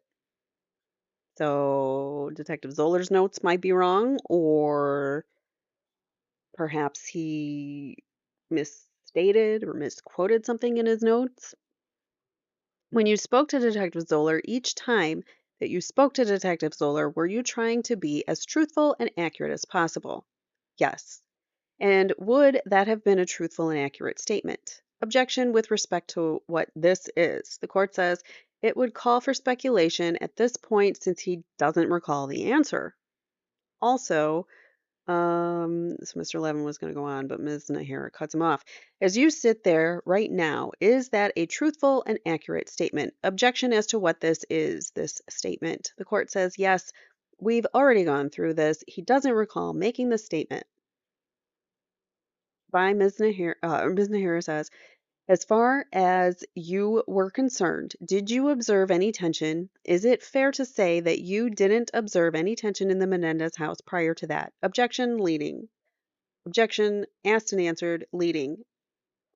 Ms. Nahara says, in July of 1989. Objection sustained to the form of the question. Ms. Nahara tries again. Do you feel that the statements that you made to Detective Zoller on past occasions are as truthful and accurate as you could be? Objection, vague, Your Honor. Compound, also overruled. Do you understand the question? The witness says, yes, that I made them very truthful answers at that point. Yes. Ms. Nahara says, and you were asked a question about the dinner at the Menendez home a few weeks before their lives were taken, and specifically you were asked about whether or not it was a normal dinner. And could you tell us what, in your opinion, is a normal dinner, with quotes on the normal? I don't know, people having a good time, enjoying each other's company, maybe a little laughter, everybody participating in the conversation, discussing what happened with their day, normal. And on occasions, when you had dinner with the Menendez family, did you discuss various things that were going on in the world? Again, not really. Just Mr. Menendez was basically controlling the conversation. Well, more often than not, if you know, did they have dinner together? Objection calls for speculation, no foundation, sustained. Do you know whether or not they had dinner together more often than not? I don't know I have no idea. I wouldn't discuss Lyle and Erik. Did you all have dinner every day this week? I wouldn't ask that question. I mean, fair. What I'm asking is, do you know if they were a family that had dinner every day? The court says, unless he was there, how would I know? He can't answer that question. Ms. Nahara says, I understand that. The point being, you don't know what kind of normal dinners they had, is that right? You weren't there. You don't know if they had normal dinners. You don't know what their typical dinner time was. When I was objection, It's argumentative. The court says it's a compound question. Ms. Nahara says, is it fair to say that you really can't give us any insight into what a normal dinner at the Menendez house was? God, she's terrible at asking questions. Ms. Towery says, objection, misstates the prior testimony of the witness. He didn't say it wasn't normal at their house. Overruled, overruled, objection, overruled. Do you understand the question? Court is getting a little upset here with all the objections. I think he's got to pay attention now and he doesn't like it. The witness says, what a normal dinner. The witness says, what a normal dinner at the Menendez home was? Right. Well, again, I was present for a few of them, so I don't know what occurred when I wasn't there. As the judge pointed out, you weren't there for the majority of them. Of course I was not. So you couldn't say. Absolutely. Thank you. Now, with regards to Mr. and Mrs. Menendez, did you talk to Detective Edmonds about your opinion of them? I'm sorry? Can you repeat that question? Did you ever talk to Detective Edmonds about your opinion of Mr. and Mrs. Menendez? When he interviewed me that morning, August 21st? When you talked to Detective Edmonds on the morning after the homicides, did you talk about Mr. and Mrs. Menendez? Yes. Your Honor, I have a tape I'd like marked People's Next in order. I've already told the defense about it. The court says, all right, the next exhibit number is 89. Mr. Levin says, we object to the playing of this tape, Your Honor. The court says, well, at this point, no one has tried to play it. It was just marked as an exhibit. Ms. Abramson says, it looks suspiciously like someone's planning on it. Ms. Nahara says, yes, Your Honor. And actually, what do you recall telling Detective Edmonds about Mr. and Mrs. Menendez? Objection, it's irrelevant. The court says, in relationship to what? What is this question asking? Ms. Nahara says, what do you recall telling Detective Edmonds concerning your opinion of Mr. and Mrs. Menendez? What did I tell him? What did you tell him? Mr. Menendez was very firm. He was driven, controlling. Again, so many years ago, I don't know the exact words. Mrs. Menendez was very sweet. She was caring. That's basically what I recall. Mrs. Menendez was sweet? No one ever has said that about her except this person, Perry Berman, which also makes me question his credibility. Do you see a lot of warmth in the house? Objection, it's leading and suggestive. The court says, are you asking, is this what he told Detective Edmonds? No, I'm asking a separate and apart question. This is a foundational question, Your Honor. Did you see a lot of warmth in the house? No, not really. Did you ever tell Detective Edmonds that Mr. and Mrs. Menendez were very good people? Yeah, I might have. Do you remember? I can't recall. Do you recall whether or not you told Detective Edmonds that they were very warm people? I can't recall. Your Honor, at this time, I'd like to play a section of a transcript of a section of a tape interview between Detective Edmonds and Mr. Berman. I have already told counsel this would go to page 5, lines 11 and 18. The court says, let me inquire, is there an objection or not? Ms. Towery says, yes, Your Honor, it's not impeachment. He's indicated he can't recall. The court says, okay, that's the nature of your objection, overruled. Also, irrelevant, overruled.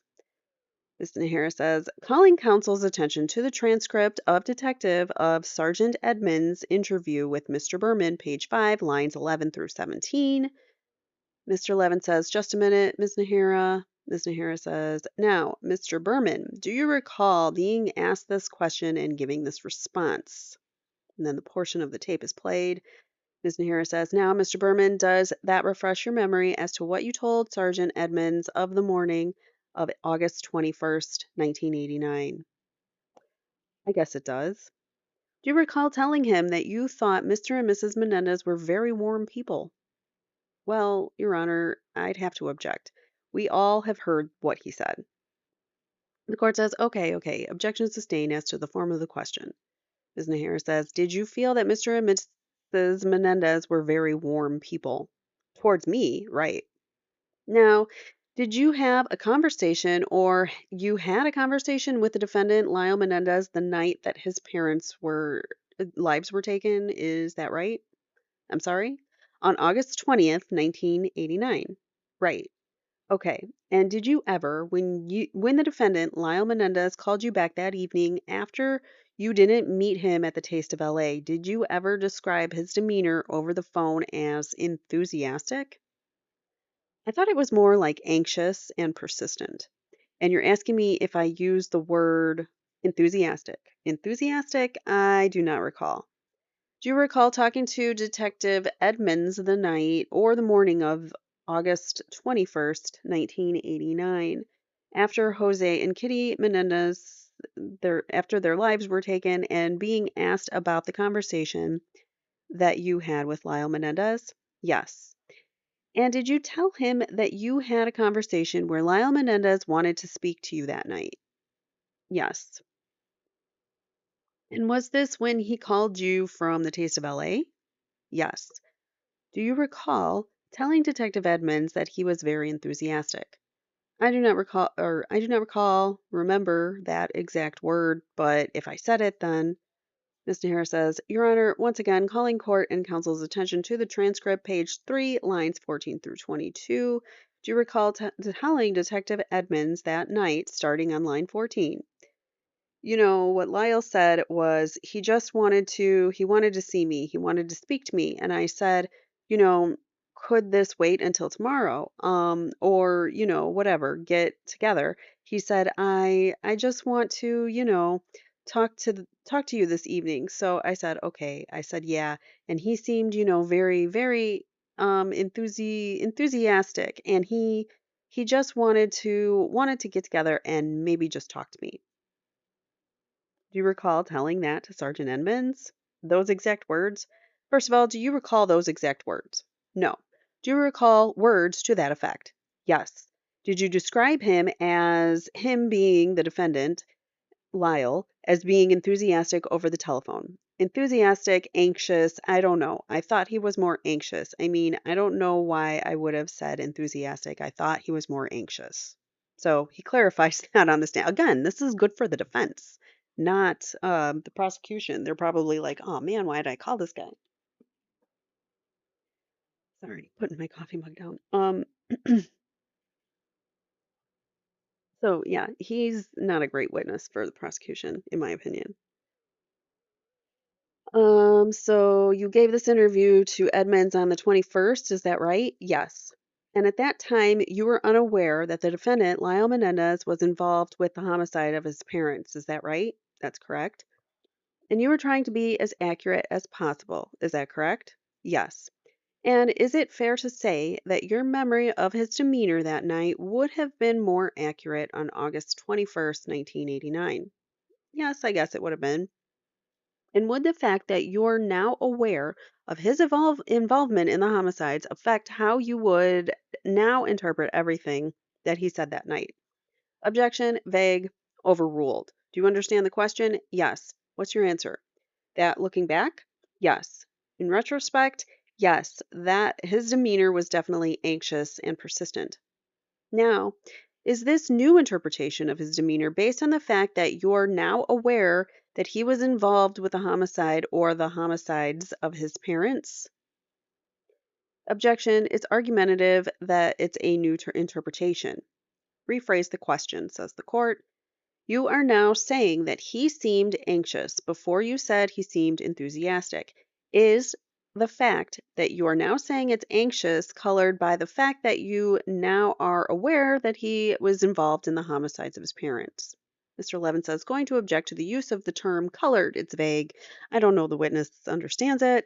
The court says, do you understand the question? The witness says, I do. Again, I was interviewed at 5 in the morning and I might have used the word enthusiastic. I don't know. He just seemed anxious and persistent. I mean, or I might have used the word enthusiastic. He used the wrong word. And if you looked at it, he was struggling with his words, going enthusiastic. Like, yeah, that's the word, I guess I'm looking for. But he might have been looking for a different word and he said the wrong thing. like emphatic. Maybe he was trying to say Lyle was emphatic instead of enthusiastic because he was very persistent. Anyways, have you ever heard a person use a word when later on they meant to, Ms. Nahara says, do you know if your impressions of his demeanor are affected by the fact that you're now aware he is involved with the homicide of his parents? Objection calls for speculation. Do you know that one way or the other? Overruled. Question, please. Do you know if the fact that now that you learned that he is involved with the homicide of his parents, do you know whether or not that's affected your interpretation of the events since 1989? Could it have? Yes, it could have. Ms. Abramson says, objection, that calls for speculation. Objection overruled. What is your answer? It could. Yes, it could have been. Ms. Nahara says, and you told, I believe it was Mr. Levin, that you never heard the defendants say that they hated their parents. Is that correct? That's correct. And you also never heard them say that they were involved in the homicides of their parents. Is that correct? Yes. Your Honor, I have to object again to counsel's choice of words. Overruled to that question. One moment, Your Honor. I have nothing else. All right, now we are on recross with Lyle's attorney, Ms. Powery. Yes, Your Honor. You thought this was going to be quick, Mr. Berman. And I thought so too, and it's not. All right, so let me start off by asking you to look at a police report that Mrs. Nahara was referring to when she was asking you about whether or not you observed any tension in the Menendez home. May I approach, Your Honor? Yes. I believe there are two reports which date counsel, Ms. Nahara says. Ms. Towery says, the one you were referring to, the March 15th, 1995 report. If you just read that portion that I've blocked with my blue pen and see if that refreshes your recollection regarding that context of your statement. The court says, all right, we're having a little private conversation there just to identify where it is that counsel wants him to read. Ms. Towery says, you look puzzled. Mr. Berman says, are you confused? Or no, sorry. Ms. Towery says, you look confused, Mr. Berman. Are you confused by the report? It's vague. She was quiet when he was present. I mean, who? The court says, we can't hear you, Mr. Berman. Let me ask you a question, Mr. Berman, and then you can answer it. May I stay here, Your Honor, while I ask him? The court says yes, as long as you can have that document to show him.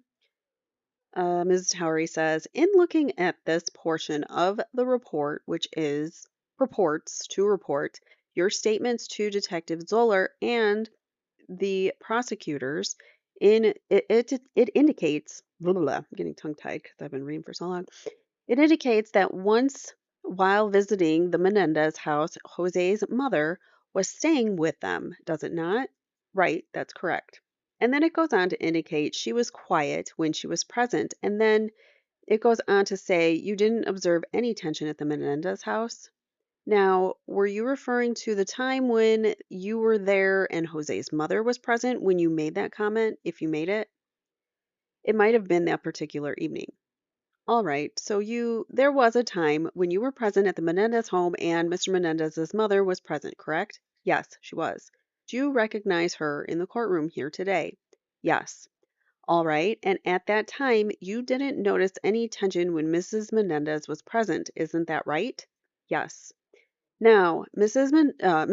Nahara also played a portion of a tape indicating that in response to Sergeant Edmonds' question to you, can you think of anything that's going to help us solve the case? You hesitated and said, well, Mr. and Mrs. Menendez were both just very good and warm people. Said no one ever. But Harry Berman. When you made that comment to Sergeant Edmonds, were you thinking about the behavior of Mr. and Mrs. Menendez towards their sons particularly, or about their behavior towards you? I think more their behavior towards me. So they were warm and good people towards Perry Berman. who they treated more so, more or less with some respect. So any warmth that they had went to strangers as opposed to their own family members, their own sons. All right. And they were friendly to you, were they not? Yes. They didn't treat you mean when you went over to the house? No. Or kick you out of the house or anything like that? No. But this behavior that you've described in your testimony towards their sons that also you observed, is that correct? Yes. And that was very strict and imposing. Would that be a word that you would use? Your Honor, I'm going to object. That misstates the evidence. The court says it's also vague, so the objection sustained. Ms. Towery says, what about intimidating? Would you say that Mr. Menendez was intimidating towards his sons at any time that you observed him in their presence? Ms. Nahara says, I'm going to object as to irrelevant. It is absolutely relevant, overruled. Mr. Menendez was intimidating. I don't think Ms. Menendez was, Mrs. Menendez. Ms. Towery says, okay, so you thought he was intimidating, but not Mrs. Menendez? That's right. As far as your contact with Mrs. Menendez went, you thought she was just basically quiet. Is that a fair statement? Yes. Now, Ms. Nahara asked you about the incident with Erik in New Jersey when Mr. Menendez ran across the tennis courts and yelled at you. Is that right? Yes. And he had to run across a number of tennis courts to get you, didn't he? To get to you? That's correct. And was he wearing street clothes at the time? Do you remember? I think he might have had a suit on. I think it was after work. And did you ever indicate or ever state that you had never seen the parents of your other students intense to that extent? That's correct. And that's your testimony today, is that right? Correct. And you had taught since 78, is that correct? Yes. And this happened around 85 or so? Yes. Have you also stated in the past that you had contact with parents who wanted their children to excel, but not to that extent? That's correct. And that's still your testimony today, is that right? Yes. And you also stated in the past that you considered that incident shocking, did you not? Yes. And that's still your testimony today, isn't it? Yes, it is. And there was a difference between Mr. Menendez and other tennis parents that you had dealt with and have dealt with, isn't that right? That's correct. And have you stated in the past that other parents don't come running on the tennis courts, yelling at tennis coaches? That's correct. And you've never experienced anything like that before, have you? I have not. And again, Erik Menendez's response is that he was upset and embarrassed. Isn't that right? Yes. Do you see when you ask questions very clearly and you use your words carefully, you can have examination, cross-examination, or direct, either one, and it goes smoothly. But when you don't know what you're asking, or you're asking very leading questions and you're being objected to constantly when you should know what kind of questions to ask and what is appropriate to ask and what isn't, it makes it take so much longer. All right, so now you indicated also in response to Ms. Nahara's questions that according to your best belief, Lyle Menendez was suspended from Princeton for the lab cheating, copying the lab homework in January of 88. Is that right? Right. So that was how long before the dinner you had at the Menendez home? I'm sorry? January of 1988? Okay, and your question? About a year and a half, wouldn't it? Yes. So he was suspended because of that incident over a year and a half before the dinner that you had just prior to the homicide. Isn't that correct? Yes. I guess it was a year and a half. Yes. All right. In terms of Lyle's girlfriend, Christy, I think you indicated in your direct testimony that he started dating her sometime in the spring of 1989. Is that right? Yes. And he dated her for just a short period of time. Is that correct? That's correct. And he had already stopped seeing her by this time. You went to the Menendez home for the dinner a few weeks prior to the homicides. Is that correct? Yes. Okay. And so he hadn't So he hadn't been seeing her for very long. Is that correct? Before he broke up with her? That's correct.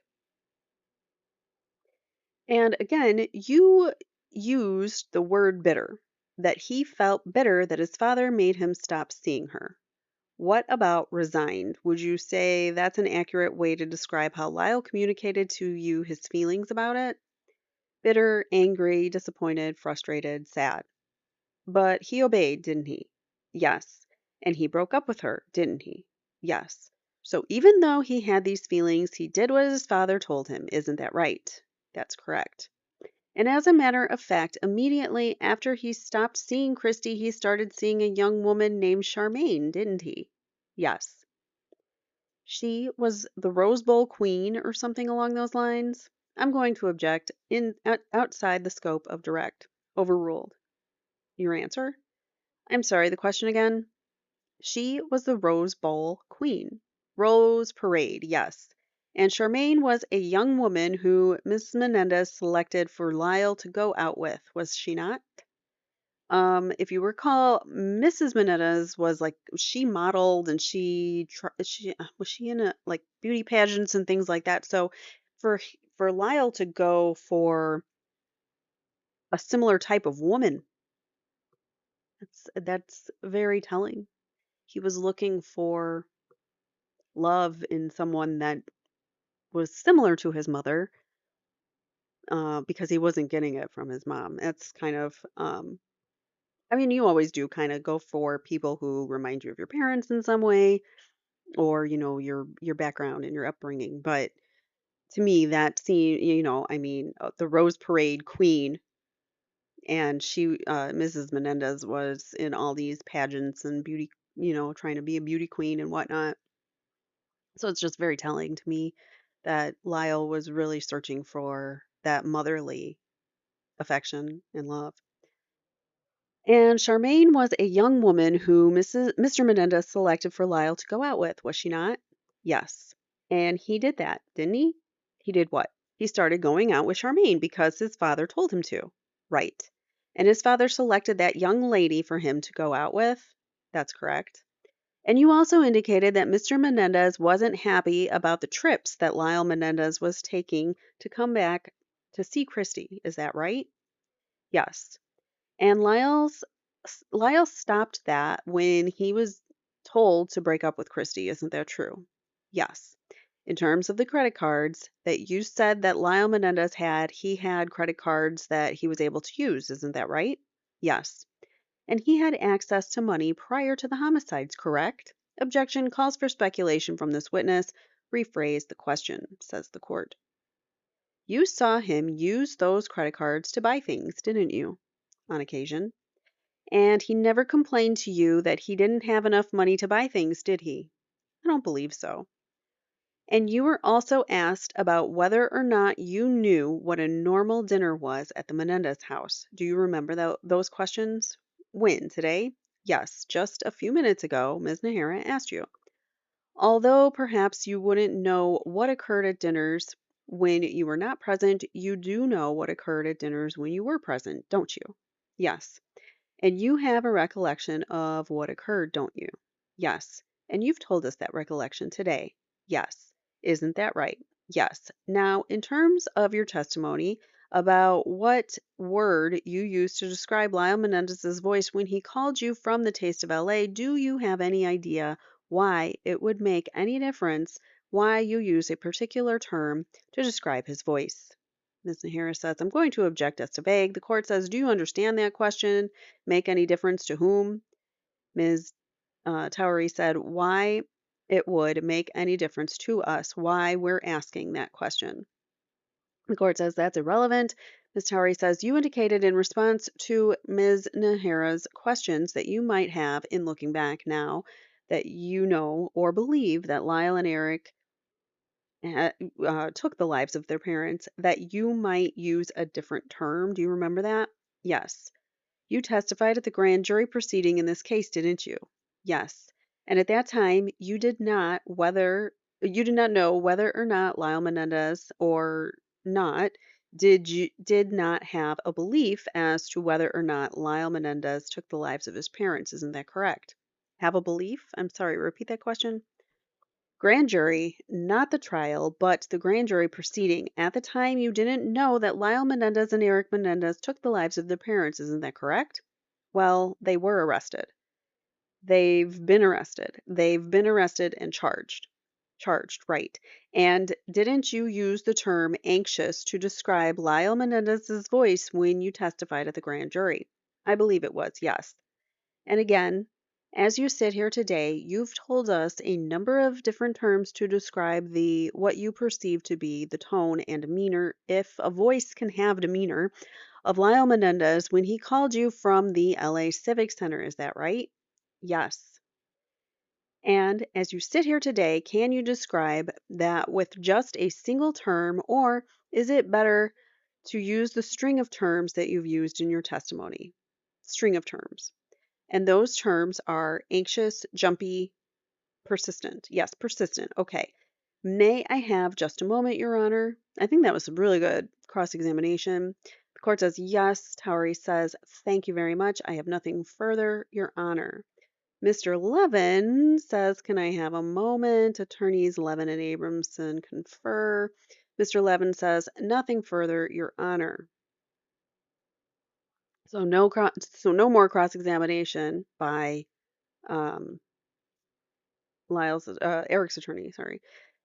Now we are going to go back to direct examination because Ms. Nahara says very briefly, Your Honor. The court says, let me just ask one or two questions here. The court says, focusing on the afternoon of August. Wait, the court asks this question. Focusing on the afternoon of August the 20th, 1989, you spoke with Mr. Menendez in the afternoon by phone. Is that correct? That's correct. And later that afternoon, Lyle Menendez called you? Yes. Did you say why he was calling you? This has to be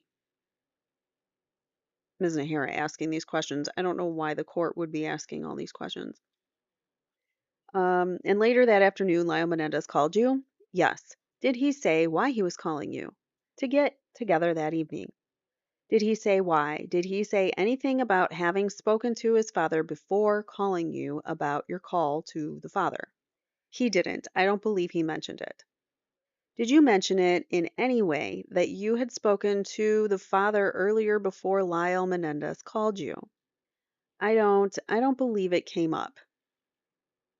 Did Lyle Menendez say anything about his whereabouts during this afternoon at or about the time that you called and spoke with the father? I believe he said he was out shopping with his brother, with Erik. Did he say where? As I recall, I thought he said the Beverly Center. I have nothing else. Ms. Nahara says, oh, so that was the court. Ms. Nahara says, two questions, very brief though. Further redirect examination. That was the court asking those questions, which I find kind of odd.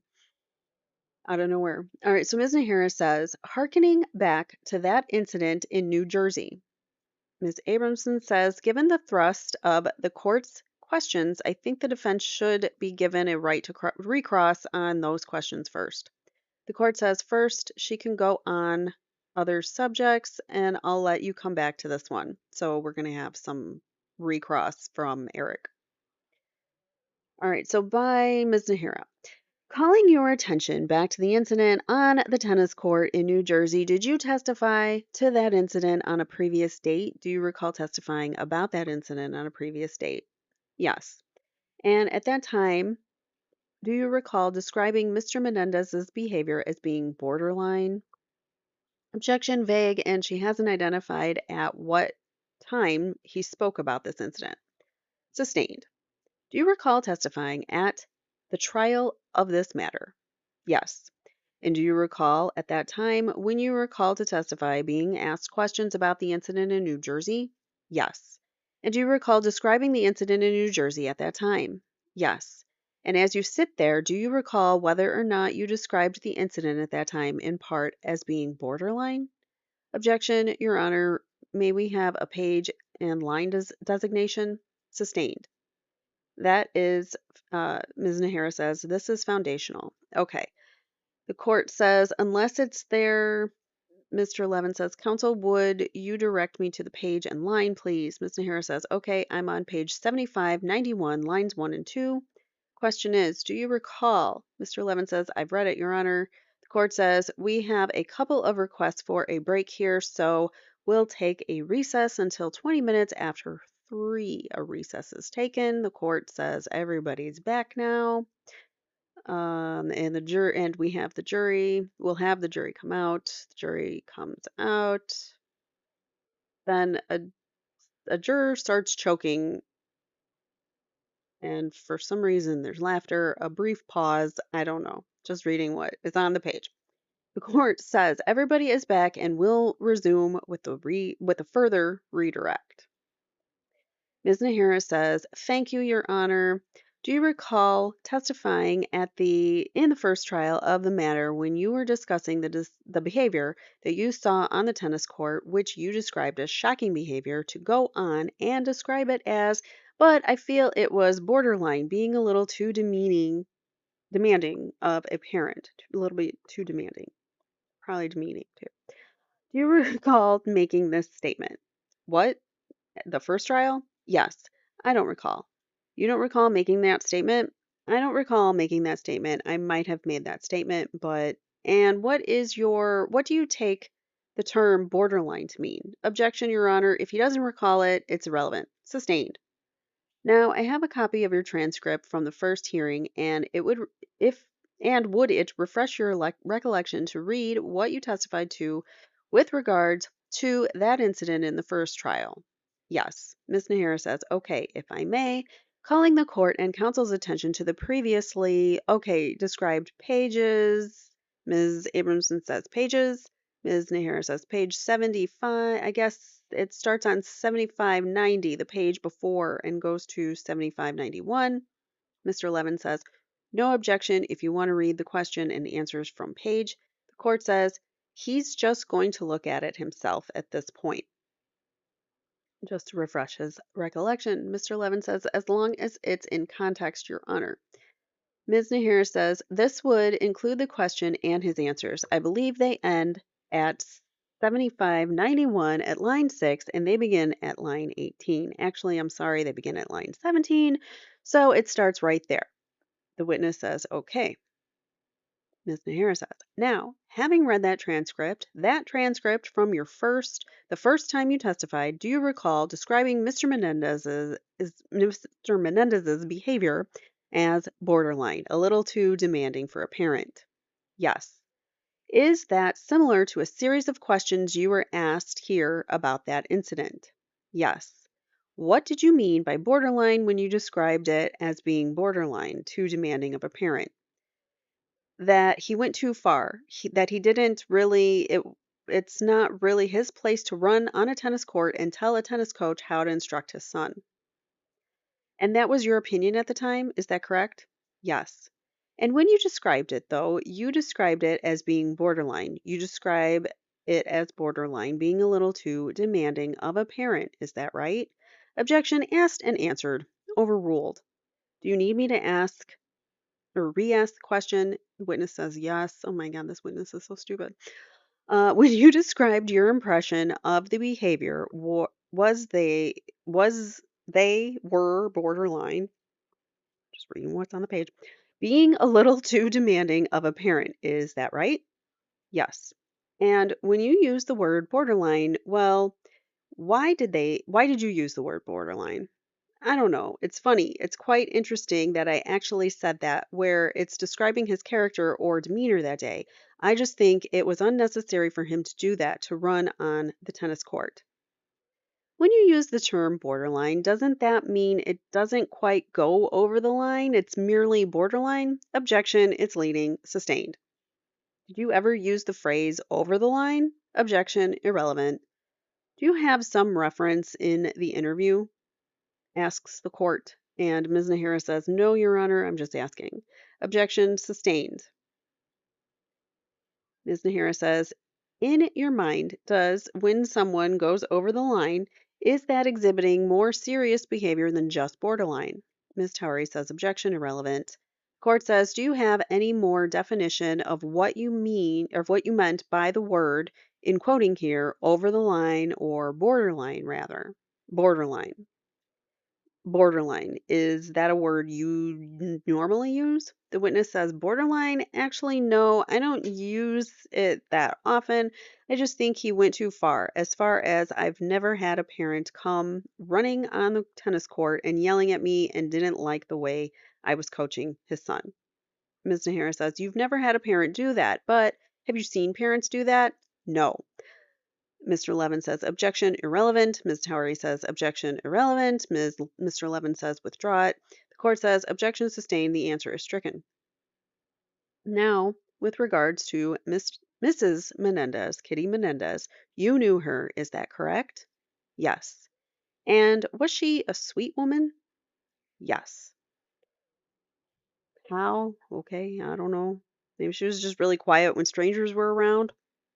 Very nice and meek and mild when people were around that weren't her family. He says, or the question is, would you have described her as a nice person as well? Objection, irrelevant. Can you be more specific, referring to relationships to him or others, or what? Says the court. Ms. Nahara says, with regards to her relationship, first, with you, would you call her as nice to you? Very nice. And sweet to you? Yes. Now, let's go to her relationship with the defendants, Lyle and Erik Menendez. Would you describe her as being nice to them? Objection, irrelevant, overruled. The witness says, I think she was fine with them. That's total speculation. Ms. Nahara says, would you describe her as being sweet and caring towards her sons? Somewhat, somewhat. I wouldn't say, I don't know. I really can't answer that question. Would you describe Mr. Menendez as being intimidating? Right. Would you describe Mrs. Menendez as being sweet and caring towards her sons? I guess. I mean, I don't know. It's hard to describe. She wasn't, I don't know. There's all levels of sweet and caring. I wouldn't consider it. Would you describe it as sweet and caring? Ms. Abramson says, I think the witness is still answering.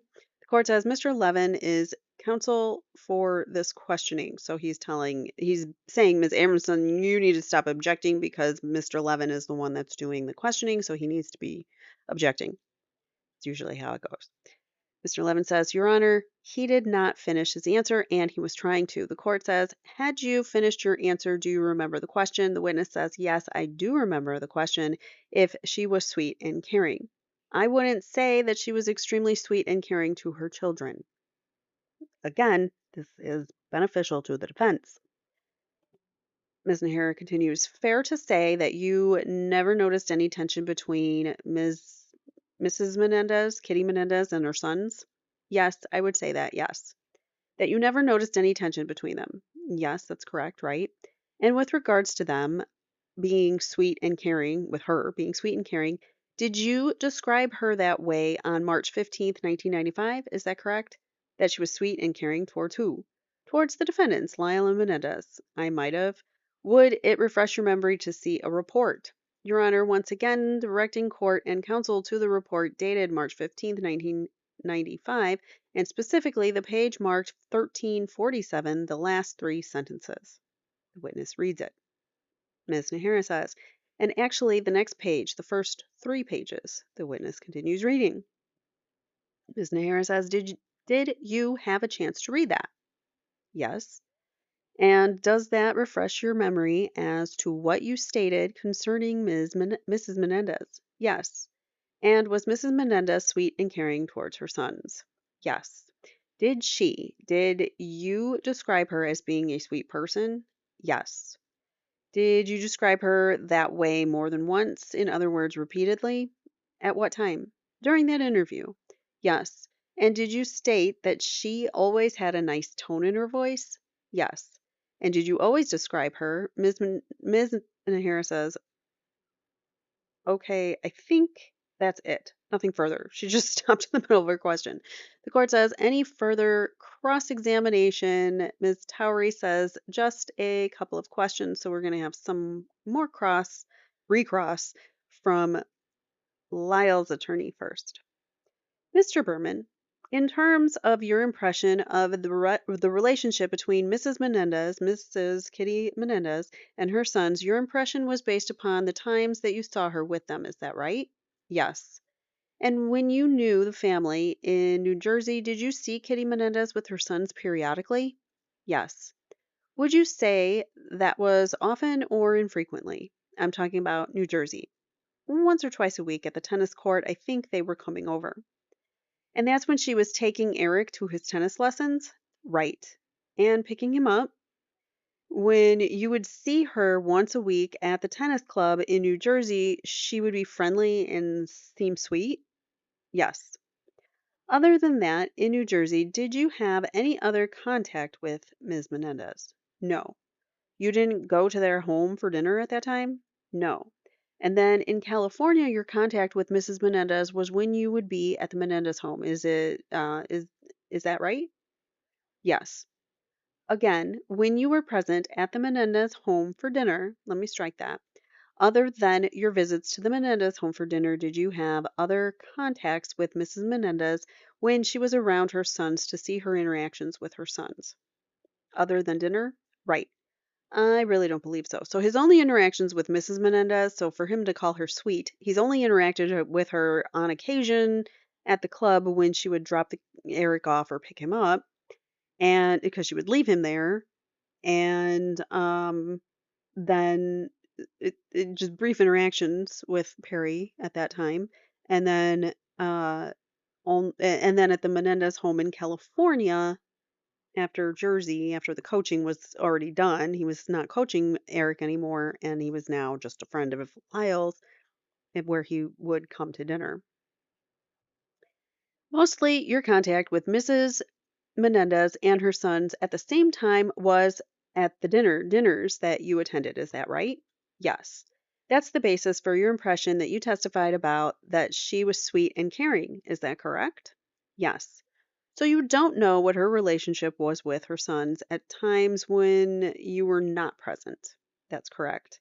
I'm going to object as argumentative and obvious, says Ms. Nahara. The court says that sort of dovetails with some of the questions you were asking. Yeah, Ms. Nahara, you were asking, well, you weren't at all the dinners, so you don't know what a normal dinner was. Right? Ms. Nahara says, and I believe there was objection at that point. The court says, objection overruled. Ms. Towery says, you want me to restate the question? The witness says yes. Ms. Towery says, you don't know what Miss Kitty Menendez's relationship was with her sons at that time when you weren't around. Is that right? That's correct. With respect to the court's question about your conversation with Lyle Menendez when he called you on the afternoon of August 20th, I thought I heard you say that in that conversation you now recollect that Lyle said something about him having been shopping at the Beverly Center. Is that what you said? Yes. And Mr. Berman, you've given a lot of statements in this case, haven't you? Yes. You gave a taped statement the morning after the homicides, right? Yes. And you gave an interview to the police about a month after the homicides, didn't you? Yes. And you testified in front of the grand jury in this case, correct? Yes. You testified at the last trial? Correct. Yes. And you gave an interview to the district attorneys who are sitting here today, last March. Is that correct? Yes. And you've never said, until the court asked you that question, you've never indicated that Lyle said to you in that conversation at 4 or 5 in the afternoon on August the 20th that he was shopping at the Beverly Center. Is that right? I was never asked this question. No, sir, you never said that in any of those interviews over the last 6 years. You've never said that Lyle said in that conversation that he had been shopping at the Beverly Hills or Beverly Center. Is that correct? I don't recall. Okay, as you sit here today, I asked you at the break if you weren't confusing what Lyle Menendez said in that conversation with what Mr. Jose Menendez said earlier to you when you called returning Lyle's message. Is that right? Do you remember me asking you that just now? Right. And because you testified that Jose Menendez told you when you called, when you returned Lyle's message on your answering machine, Jose Menendez told you that Lyle and Erik were at the Beverly Center shopping. Isn't that right? Yes. And is it your testimony here today that you think that that Lyle Menendez also said that in a subsequent conversation with Lyle? That's correct. And again, you've never said that before, have you? Again, as to his credibility, he starts to answer, Ms. Nahara, objection, asked and answered. The witness says, I've answered the same question. I don't recall. Ms. Towery says, do you have a specific recollection of Lyle Menendez making that statement? I thought when he called me later on, later in the afternoon, whatever it was, 5, whatever, I thought he told me he was out shopping. You don't remember the specifics of the conversation anymore, do you? I can't quote him, no. Is it possible that you told him that you had returned his call and his dad said he was out shopping? Is that possible? I'm going to object. Never mind. Withdrawn. Ms. Towery says, do you understand my question? Do you want me to restate it? That would be great. My gosh. Okay, is it possible when you had the conversation with Lyle Menendez that you said, Lyle, I called and your dad said you were out shopping at the Beverly Center? Is it possible that you said that he said, oh, or responded however he responded? I don't recall. Do you have a specific recollection of him saying, I was out shopping at the Beverly Center? Objection asked and answered, overruled. He told me he was at the Beverly Shopping Center. What I'm asking you is, do you have a specific recollection today that Lyle Menendez said as opposed to Jose Menendez having said it to you earlier in an early, Ms. Harris says, objection asked and answered. Over effing ruled. He has overruled this and he's not answering the question, so she's trying to get clarification here. The witness says, repeat that, please. Ms. Towery says, are you getting tired, Mr. Berman? Beyond tired. And when you're tired, it's hard to focus on what the questions are. Is that a fair statement? Just ask the question, please, he says. I understand that we're torturing you, and I apologize for that, but the testimony is important. This is a capital case, and the court says, let's just get the question. The witness is correct. Just ask the question. Ms. Towery says, what I'm asking you, Mr. Berman, is when it's 6 years since you talked to Lyle Menendez, correct? Right. And as you look back, can you recall the specifics of the conversation that you had with him on the afternoon of August 20th when you made plans to go to the Taste of LA? Can you recall the specifics of that conversation? Well, I'm telling you, but then all of a sudden you're coming back and saying, didn't this occur? So, you kind of, I'm just asking. I'm telling you, and then you're breaking it down anyway. So what does it matter what I say? You understand what I'm asking. Wow, he's pissed. Perry Berman is annoyed. Perry Berman doesn't want to be here anymore. Ms. Towery says, I understand, and I understand your frustration. Right. And again, I apologize on behalf of all of us. Right. But again, I'd ask. The court says, why don't you focus on this one issue that you're asking about? Ms. Towery says, okay, what I want to ask you is, can you remember the specifics of the conversation that you had with Lyle Menendez on August 25th, 1990, in the afternoon at around 4 or 5 today, as you sit here today, after having testified all day, can you remember the specifics? As I recall, he said that. My question is, court says, let him finish. The witness says, that he was going to go to see Batman with his brother, and did I want to join him? Whatever. I said I already had plans to go to the Taste of LA with my friend Todd Hall, and he said that sounded like fun. We'll meet you there after the movie. I said great, and he said he'd be there around 9:30, 9:45. I said great. We'll wait for you. Ms. Towery says, and what's your best recollection of what you and Lyle Menendez talked about in that conversation? Or is that your best recollection? He says, yes, that's correct. And my question to you, and I don't want to beat a dead horse, but my question to you is, when the court asked you a question, you also just now said that Lyle also told you he had been out shopping at the Beverly Center in that conversation. You've never said that before. Now, the court says, is that a question that he's never said that before? Have you ever said that before? That Lyle Menendez told you that he had been out shopping at the Beverly Center in that conversation on August 20th, late in the afternoon.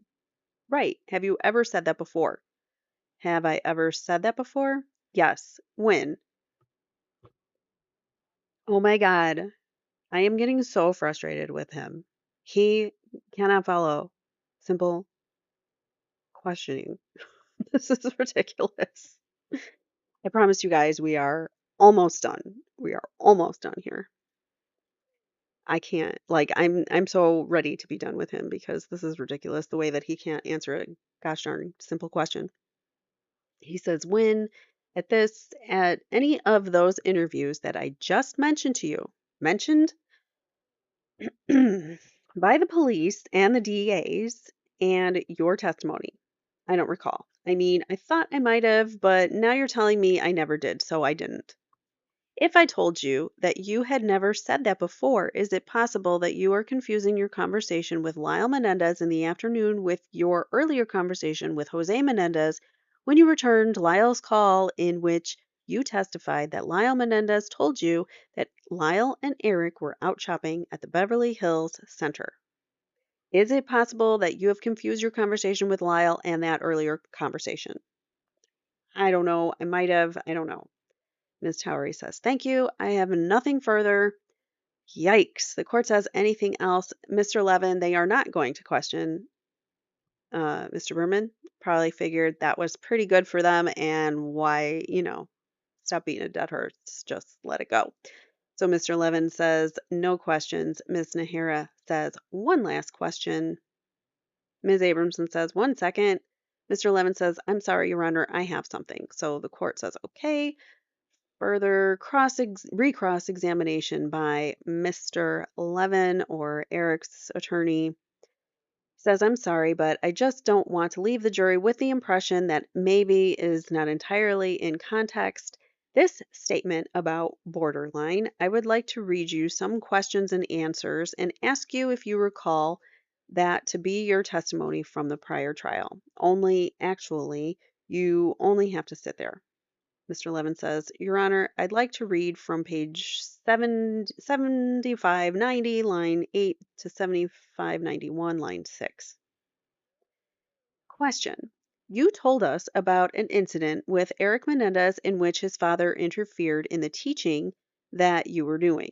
Answer, yes. Question. Now, is that something that happened a lot with parents who are very concerned about the progress of their children? Answer, it has never happened prior to that, nor has it happened after that. Question, how long have you been coaching? Answer, I've been coaching since I was 18 years old, so it was about 15 years ago since the late 70s. Question, did you consider that a really surprising or shocking incident? Answer, yes, definitely shocking. Question, in what way? Answer, I feel that parents really don't have the right to do that. They should guide their children and be there for them and want to excel if that's what the child wishes. But I feel it was borderline, being a little too demanding of a parent. Holy cow, with all that context, it totally changes the meaning, does it not? Yikes.